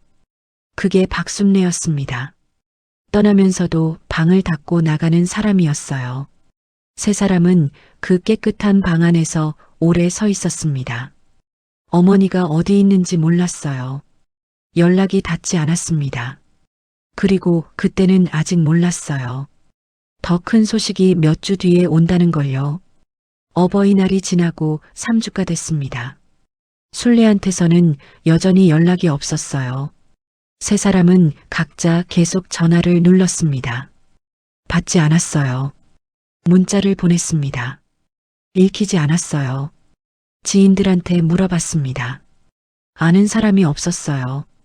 시장 아주머니들한테도 물어봤어요. 순례 씨 한 달 전부터 안 나왔어요. 그게 전부였습니다. 어디 있는지 아무도 몰랐어요. 민준이는 매일 밤 전화를 눌렀습니다. 신호만 가고 받지 않았어요. 지은이는 엄마 친구들한테 연락을 돌렸습니다. 모른다는 대답뿐이었어요. 태준이는 순례 단골 병원에 찾아갔습니다. 최근에 오셨나요? 한 달째 안 오셨어요. 막혔어요. 완전히 막혔습니다. 그러던 어느 날 아침이었어요. 민준이가 우편함을 열었습니다.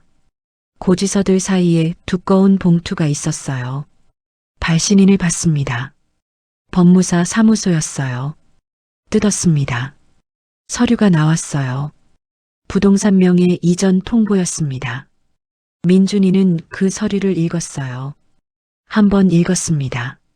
다시 읽었어요. 3번 읽었습니다. 손이 차가워졌어요. 부동산 소재지가 적혀 있었습니다. 순례 명의의 집이었어요. 순례한테 집이 있는지 몰랐습니다. 민준이는 그 집의 존재를 오늘 처음 알았어요. 그리고 그 집이 이미 다른 사람 명의로 넘어가 있었습니다. 날짜를 봤어요. 어버이날 다음 날이었습니다. 어버이날 아무도 가지 않은 바로 그 다음 날이었어요. 민준이 손에서 서류가 흔들렸습니다. 핸드폰을 꺼냈어요. 지은이한테 전화를 눌렀습니다. 지은아, 오빠 왜? 엄마한테 집이 있었어. 뭐? 집이 있었는데 명의가 넘어갔어. 무슨 소리야 그게. 빨리 와. 끊었습니다. 태준이한테도 눌렀어요. 태준아, 너 빨리 형 집으로 와. 왜요? 무슨 일이에요? 와서 얘기해. 세 사람이 모였습니다. 서류를 테이블에 펼쳤어요. 지은이가 들여다봤습니다. 진짜네. 명예 이전이 됐어. 누구한테 넘어간 거야? 태준이가 이름을 읽었어요. 오태서? 세 사람이 서로 봤습니다. 누구야 그게? 처음 듣는 이름인데. 엄마가 왜 이 사람한테 집을 넘겨? 민준이가 서류를 다시 봤어요. 날짜를 다시 확인했습니다. 어버이날 다음 날이었어요.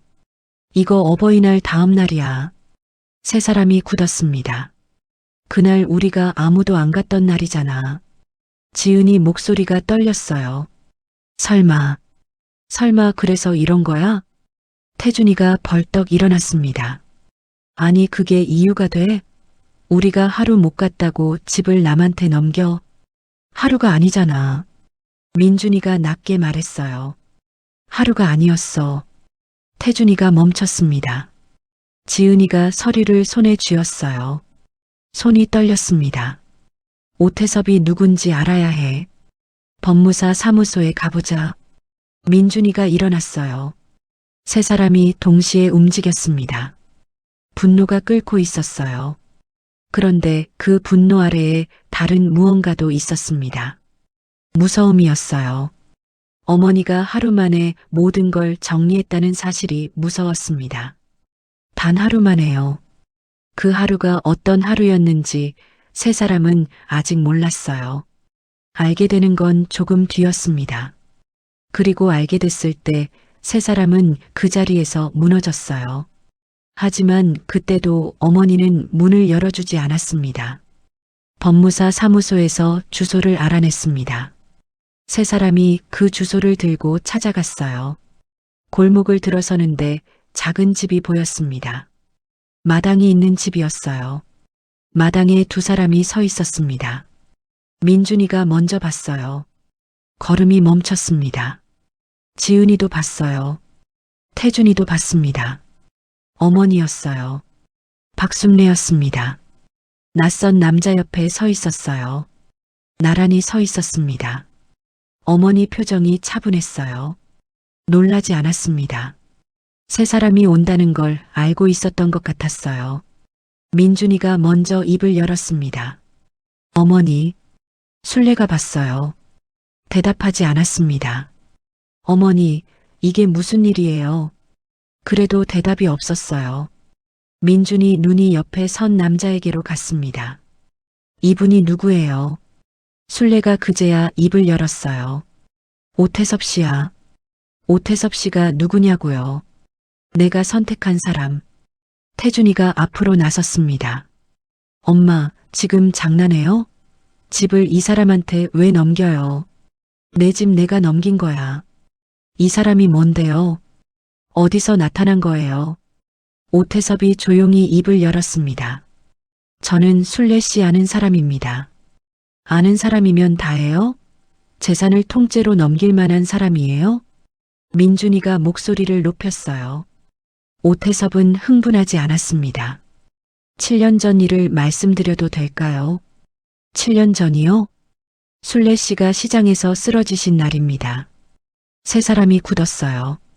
시장에서 쓰러지셨을 때 제가 옆에 있었습니다.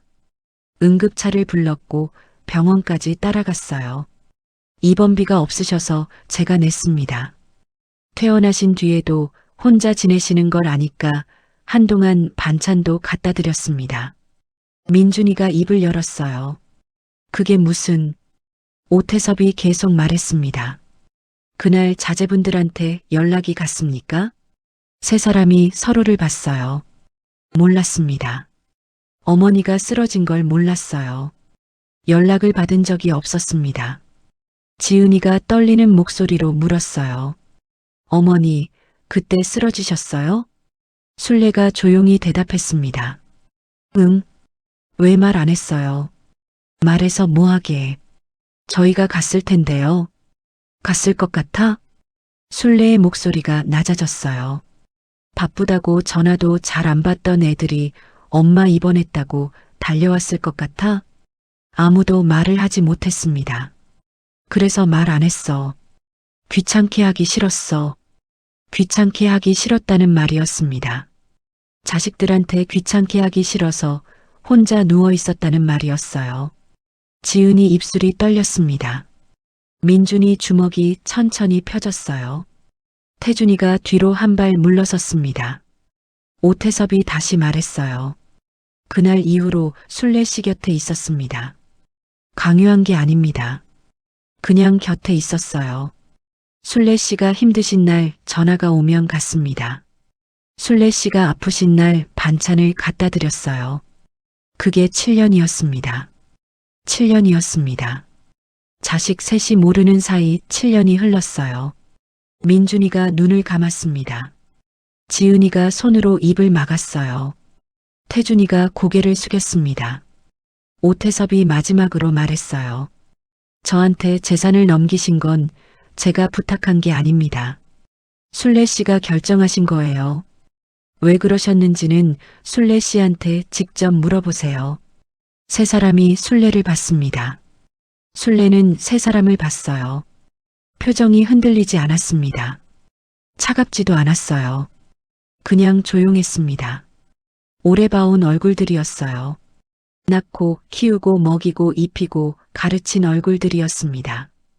그런데 지금 그 얼굴들 앞에서 술래의 손은 움직이지 않았어요. 안아주러 가지 않았습니다. 손을 내밀지 않았어요. 그냥 서 있었습니다. 그게 지금 박술래가 할 수 있는 전부였어요. 골목으로 바람이 불었습니다. 마당의 나뭇잎이 흔들렸어요. 아무도 말을 하지 않았습니다. 침묵이 마당을 가득 채웠어요. 오태섭이 자리를 피해줬습니다. 네 사람만 남았어요. 어머니와 자식 셋이었습니다. 민준이가 먼저 입을 열었어요. 어머니, 저희가 잘못했어요. 술래는 대답하지 않았습니다. 어버이날에 못 간 거 진짜 잘못했어요. 그날 저희가 서로 미룬 거 알아요. 변명하려는 게 아니에요. 그냥 잘못했다고 말하고 싶어서요. 술래가 민준이를 봤습니다. 오래 봤어요. 그리고 입을 열었습니다. 민준아. 네, 어머니. 엄마가 억울한 게 뭔지 알아? 민준이가 고개를 들었어요. 어버이날에 안 온 게 억울한 게 아니야. 그게 아니라고. 지은이가 눈물을 닦으며 물었어요. 그럼 뭐가 억울해요, 어머니? 순례가 지은이를 봤습니다. 7년 전에 엄마가 쓰러졌어. 시장 바닥에서 쓰러졌는데 그날 너희한테 연락 안 했어. 왜냐면 잠깐 멈췄습니다. 귀찮게 할까봐. 세 사람이 고개를 숙였어요. 바쁘다고 전화도 잘 안 받는 애들한테 엄마 입원했다고 전화하기가 싫었어. 그게 자존심이 상해서가 아니야. 진짜로 귀찮게 하기 싫었어. 그게 더 무서운 거야. 지은이가 소리 없이 울었습니다. 엄마가 애들한테 전화하기가 무서웠다는 게 민준이 눈가가 빨개졌어요. 그날 오태섭 씨가 있었어. 구급차 불러줬어. 병원까지 따라와 줬어. 입원비 내줬어. 그 사람이 자식이야? 아니잖아. 근데 그 사람이 그렇게 해줬어. 태준이가 입술을 깨물었습니다. 그 뒤로도 그 사람이 있었어. 아플 때 전화하면 왔어. 반찬 필요하면 가져다 줬어. 그게 7년이야. 너희가 엄마한테 그런 적 있어? 아무도 대답하지 못했습니다. 민준이 너 엄마가 아프다고 했을 때 나중에 전화한다고 했지. 민준이가 눈을 감았어요. 지은이 너 급한 일 아니면 문자 먼저 하라고 했지. 지은이 어깨가 흔들렸습니다. 태준이 너 엄마 생일 몇 번이나 잊었어. 태준이 눈에서 눈물이 흘렀어요. 순례는 목소리를 높이지 않았습니다. 화를 내지 않았어요. 그냥 조용하고 낮게 말했습니다. 그게 더 무서웠어요. 억울한 게 그거야. 평생 너희 먹이고 입히고 가르치느라 밥 굶고 공장 다니고 쓰러져가면서 키워놨는데 엄마가 쓰러졌을 때 너희한테 전화하기가 무서웠다는 게 그게 억울해. 방 안이 조용해졌습니다. 시계 소리만 들렸어요. 째깍째깍. 민준이가 얼굴을 손으로 감쌌습니다. 어깨가 흔들렸어요. 38살 큰아들이 그 자리에서 울었습니다. 지은이는 이미 소리 없이 울고 있었어요. 태준이는 고개를 들지 못했습니다. 순례는 그 모습을 봤어요. 가슴이 아프지 않았냐고요. 아팠습니다. 저 셋을 낳고 키운 어머니인데 안 아플 리가 없었어요. 그런데 손이 움직이지 않았습니다. 안아주러 가지 않았어요. 괜찮다고 하지 않았습니다. 이번엔 그 말이 나오지 않았어요. 평생 괜찮다고 해왔는데 이번엔 안 됐습니다. 엄마. 태준이가 겨우 입을 열었어요. 엄마, 잘못했어요. 진짜로 잘못했어요. 다시는 안 그럴게요. 순례가 태준이를 봤습니다. 알아. 믿어. 그런데 잠깐 멈췄어요. 이번엔 엄마가 엄마하고 싶어. 세 사람이 순례를 봤습니다. 평생 너희 엄마로만 살았어. 이제는 나로 살고 싶어. 그게 나쁜 거야? 아무도 대답하지 못했습니다. 나쁜 게 아니었으니까요. 당연한 말이었으니까요. 그런데 그 당연한 말이 왜 이렇게 늦게 들리는 건지 몰랐어요. 순례가 천천히 일어섰습니다. 오늘은 여기까지 하자. 피곤해. 세 사람이 일어섰어요. 어머니, 민준이가 불렀습니다. 저희 다음에 또 와도 돼요? 순례가 민준이를 봤어요. 대답하지 않았습니다. 그냥 방으로 들어갔어요. 문이 닫혔습니다. 세 사람은 그 닫힌 문 앞에 서 있었어요. 대답을 듣지 못했습니다. 그게 대답이었는지도 몰랐어요. 오태섭이 조용히 현관으로 안내했습니다. 조심히 가십시오. 세 사람이 집을 나왔어요. 골목으로 나왔습니다. 해가 기울어 있었어요. 긴 그림자가 골목 바닥에 드리워졌습니다. 세 사람은 한동안 걷지 못했어요. 어머니의 말이 귓속에 남아 있었습니다. 엄마가 쓰러졌을 때 너희한테 전화하기가 무서웠다는 게 억울해. 그 말이 떠나지 않았어요. 오래오래 떠나지 않았습니다. 다음 날 세 사람이 다시 왔습니다. 초인종을 눌렀어요. 오태섭이 나왔습니다. 어머니 계세요? 계십니다. 뵐 수 있을까요? 오태섭이 잠깐 안을 봤어요. 그리고 문을 열어줬습니다. 마당으로 들어섰어요. 순례가 나왔습니다. 어제와 같은 옷이었어요. 어제와 같은 표정이었습니다. 민준이가 먼저 말했어요. 어머니, 저희 다시 잘할게요. 어버이날도 꼭 갈게요. 매달 찾아올게요. 전화도 자주 할게요. 어머니가 아프시면 바로 달려올게요. 어머니, 한 번만 더 기회 주세요. 순례가 민준이를 봤습니다. 지은이가 울면서 말했어요. 어머니, 저 정말 반성했어요. 어머니가 그렇게 고생하신 거 몰랐어요. 진짜 몰랐어요. 이제는 알았으니까 다르게 할게요. 어머니, 제발이요. 태준이가 고개를 숙였습니다. 엄마, 나 진짜 나쁜 놈이었어. 엄마가 150만 원 보내줬을 때 고맙다는 말도 제대로 못했잖아. 그것도 당연하게 생각했잖아. 미안해요, 엄마. 진짜 미안해요. 세 사람이 순례 앞에 서 있었습니다. 눈이 빨갛게 부어 있었어요. 목소리가 다 떨렸습니다. 순례는 세 사람을 봤어요. 민준이를 봤습니다. 지은이를 봤어요. 태준이를 봤습니다. 오래 봤어요. 정말 오래 봤습니다. 그 얼굴들이었어요. 새벽 4시에 일어나 도시락을 쌌던 이유가 저 얼굴들이었습니다. 공장에서 손가락에 피가 나도 멈추지 않았던 이유가 저 얼굴들이었어요. 밥을 굶어가며 학원비를 냈던 이유가 저 얼굴들이었습니다. 병원에서 링거 맞으면서도 아이들 걱정에 억지로 일어섰던 이유가 저 얼굴들이었어요. 저 얼굴들 때문이었습니다. 입술이 움직였어요. 민준아, 내 어머니. 지은아, 내 어머니. 태준아, 내 엄마. 순례가 숨을 한번 들이쉬었습니다. 그리고 말했어요. 엄마는 너희가 잘못됐다고 생각 안 해. 다 엄마가 그렇게 키운 거야.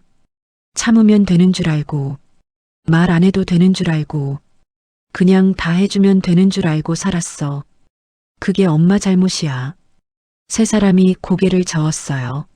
아니에요, 어머니. 잘못은 저희가 한 거예요.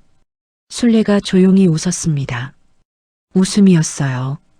오랜만에 보는 순례의 웃음이었습니다. 그런데 그 웃음 뒤에 나온 말이었어요. 그래도 엄마는 이제 나로 살 거야. 세 사람이 굳었습니다. 어머니, 오태섭 씨 곁에 있을 거야. 여기서 살 거야. 재산도 그대로야. 민준이가 입술을 깨물었어요. 저희는요, 어머니. 너희는. 순례가 게이트 손잡이를 잡았습니다. 잘 살아. 건강하게 잘 살아. 그게 엄마가 바라는 전부야. 예전에도 그랬고 지금도 그래. 지은이가 울음을 터뜨렸어요. 어머니, 저희도 보고 싶지 않으세요? 순례의 손이 잠깐 멈췄습니다. 보고 싶었어요. 당연히 보고 싶었습니다. 저 얼굴들이 보고 싶지 않은 날이 단 하루도 없었어요. 그런데 순례는 대답하지 않았습니다. 게이트가 천천히 닫혔어요. 찰칵 잠기는 소리가 났습니다. 민준이가 게이트에 손을 얹었어요. 차가운 쇠였습니다. 어머니, 대답이 없었어요. 어머니, 그래도 대답이 없었습니다. 마당 안에서 발소리가 들렸어요. 멀어지는 소리였습니다. 이미지 1에서 들었던 그 발소리와 같았어요. 멀어지고 멀어지다가 사라졌습니다. 세 사람이 닫힌 게이트 앞에 서 있었어요. 민준이 손이 게이트 위에서 미끄러졌습니다. 지은이가 그 자리에 주저앉았어요. 태준이가 눈을 감았습니다. 골목으로 바람이 불었어요. 낙엽 하나가 세 사람 발치에 떨어졌습니다. 아무도 움직이지 않았어요. 오래오래 그 자리에 있었습니다. 어머니가 저 안에 있었어요. 그런데 문이 열리지 않았습니다. 열리지 않았어요. 단 한 번도요. 그 뒤로 세 사람은 매달 찾아왔습니다. 약속이나 한 것처럼 같은 날에 왔어요. 초인종을 눌렀습니다. 오태섭이 나왔어요. 어머니 계세요? 계십니다. 뵐 수 있을까요? 오태섭은 매번 같은 대답을 했어요. 기다려 보시겠어요? 기다렸습니다. 어머니는 나오지 않았어요. 봄이었습니다. 벚꽃이 피었어요. 세 사람이 왔습니다. 민준이가 초인종을 눌렀어요. 어머니, 저희 왔어요. 대답이 없었습니다. 어머니, 봄이에요. 어머니가 봄꽃 좋아하셨잖아요. 같이 나가요, 어머니. 게이트는 열리지 않았어요. 세 사람은 게이트 앞에 서 있었습니다. 꽃잎이 바람에 날렸어요. 세 사람 어깨 위로 떨어졌습니다. 한참 있다가 돌아갔어요. 여름이었습니다. 더운 날이었어요. 세 사람이 또 왔습니다. 지은이가 초인종을 눌렀어요. 어머니, 지은이에요. 어머니, 더우시죠? 시원한 거 사왔어요. 수박이었습니다. 어머니가 좋아하는 수박이었어요. 게이트는 열리지 않았습니다. 오태섭이 나왔어요. 드리겠습니다. 수박을 받아들고 들어갔습니다. 세 사람은 그 뒷모습을 봤어요. 수박이 저 안으로 들어갔습니다. 어머니가 드시겠죠. 그걸로 됐어요. 그게 그날의 전부였습니다. 가을이었어요. 낙엽이 쌓였습니다. 세 사람이 또 왔어요. 태준이가 초인종을 눌렀습니다. 엄마, 나야. 엄마, 많이 보고 싶어? 나 요즘 엄마 생각 많이 해. 대답이 없었어요. 엄마가 해준 김치찜 먹고 싶어? 엄마 손맛 너무 보고 싶어? 게이트는 열리지 않았습니다. 태준이가 게이트에 이마를 댔어요. 차가운 새였습니다. 눈물이 흘렀어요. 닿지 않았습니다. 겨울이었어요. 눈이 내렸습니다. 세 사람이 또 왔어요. 두꺼운 옷을 입고 왔습니다. 민준이가 초인종을 눌렀어요. 어머니, 눈이 소리 없이 쌓였습니다. 어머니, 춥지 않으세요? 안에 계세요? 게이트는 열리지 않았어요. 세 사람이 눈 속에 서 있었습니다. 어깨 위로 눈이 쌓였어요. 그래도 서 있었습니다. 쉽게 돌아가지 못했어요. 그렇게 봄이 가고 여름이 가고 가을이 가고 겨울이 왔어요. 그 계절이 한 번이 아니었습니다. 두 번이 지났어요. 세 번째 봄이 왔습니다. 그래도 세 사람은 왔어요. 매달 왔습니다. 그리고 매달 돌아갔어요. 어머니의 게이트는 한 번도 열리지 않았습니다. 민준이는 그 앞에 설 때마다 생각했어요. 어버이날 아침 어머니 혼자 음식을 차렸을 장면을요. 갈비찜을 4번 데운 장면을요. 식어가는 잡채를 랩으로 싸던 장면을요. 그 장면이 눈에 밟혔습니다. 지은이는 그 앞에 설 때마다 생각했어요.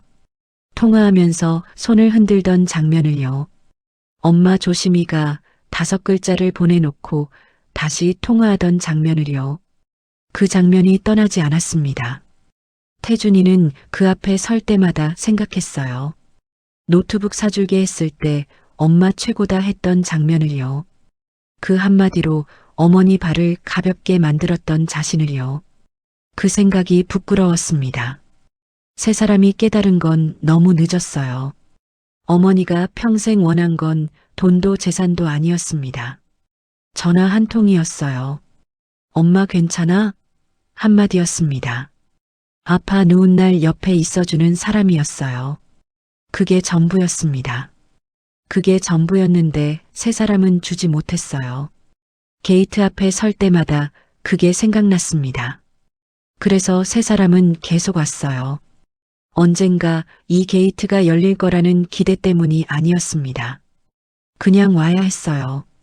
이제라도 와야 했습니다. 어머니가 보든 보지 않든 와야 했어요. 그게 세 사람이 할 수 있는 전부였으니까요. 게이트는 오늘도 열리지 않았습니다. 세 사람은 오늘도 돌아갔어요. 네 달에 또 올 거였습니다. 그 다음 달에도 올 거였어요. 어머니가 열어주지 않아도 올 거였습니다. 그게 이제 세 사람이 어머니한테 할 수 있는 유일한 방식이었어요. 닫힌 게이트 앞에 서는 것, 그것만이라도 하는 것. 골목 끝으로 세 사람의 발소리가 멀어졌습니다. 게이트 안에서 그 소리가 들렸어요.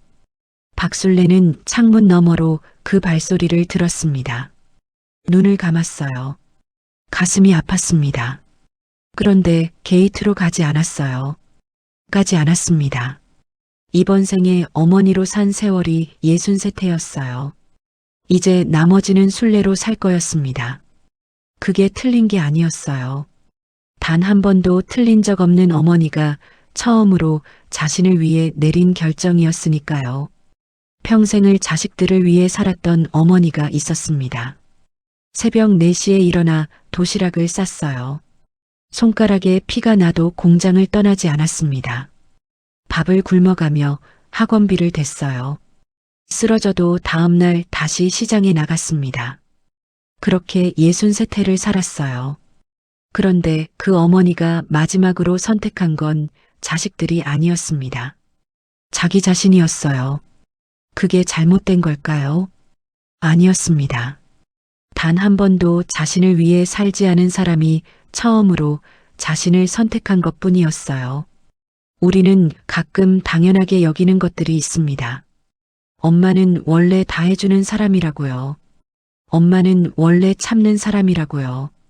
엄마는 원래 기다리는 사람이라고요. 그런데 어머니도 사람이었습니다. 아프면 아프다고 말하고 싶은 사람이었어요. 보고 싶으면 보고 싶다는 전화를 받고 싶은 사람이었습니다. 어버이날 차려놓은 밥상 앞에서 기다리지 않아도 되는 사람이었어요. 오늘 이야기가 마음에 닿으셨다면 지금 당장 어머니께 전화 한 통 해주세요. 밥은 먹었어. 한마디면 충분합니다. 엄마 생각났어. 그 한마디면 됩니다. 그 한마디가 어버이날 6그릇을 차려놓고 혼자 치우는 밤을 만들지 않습니다.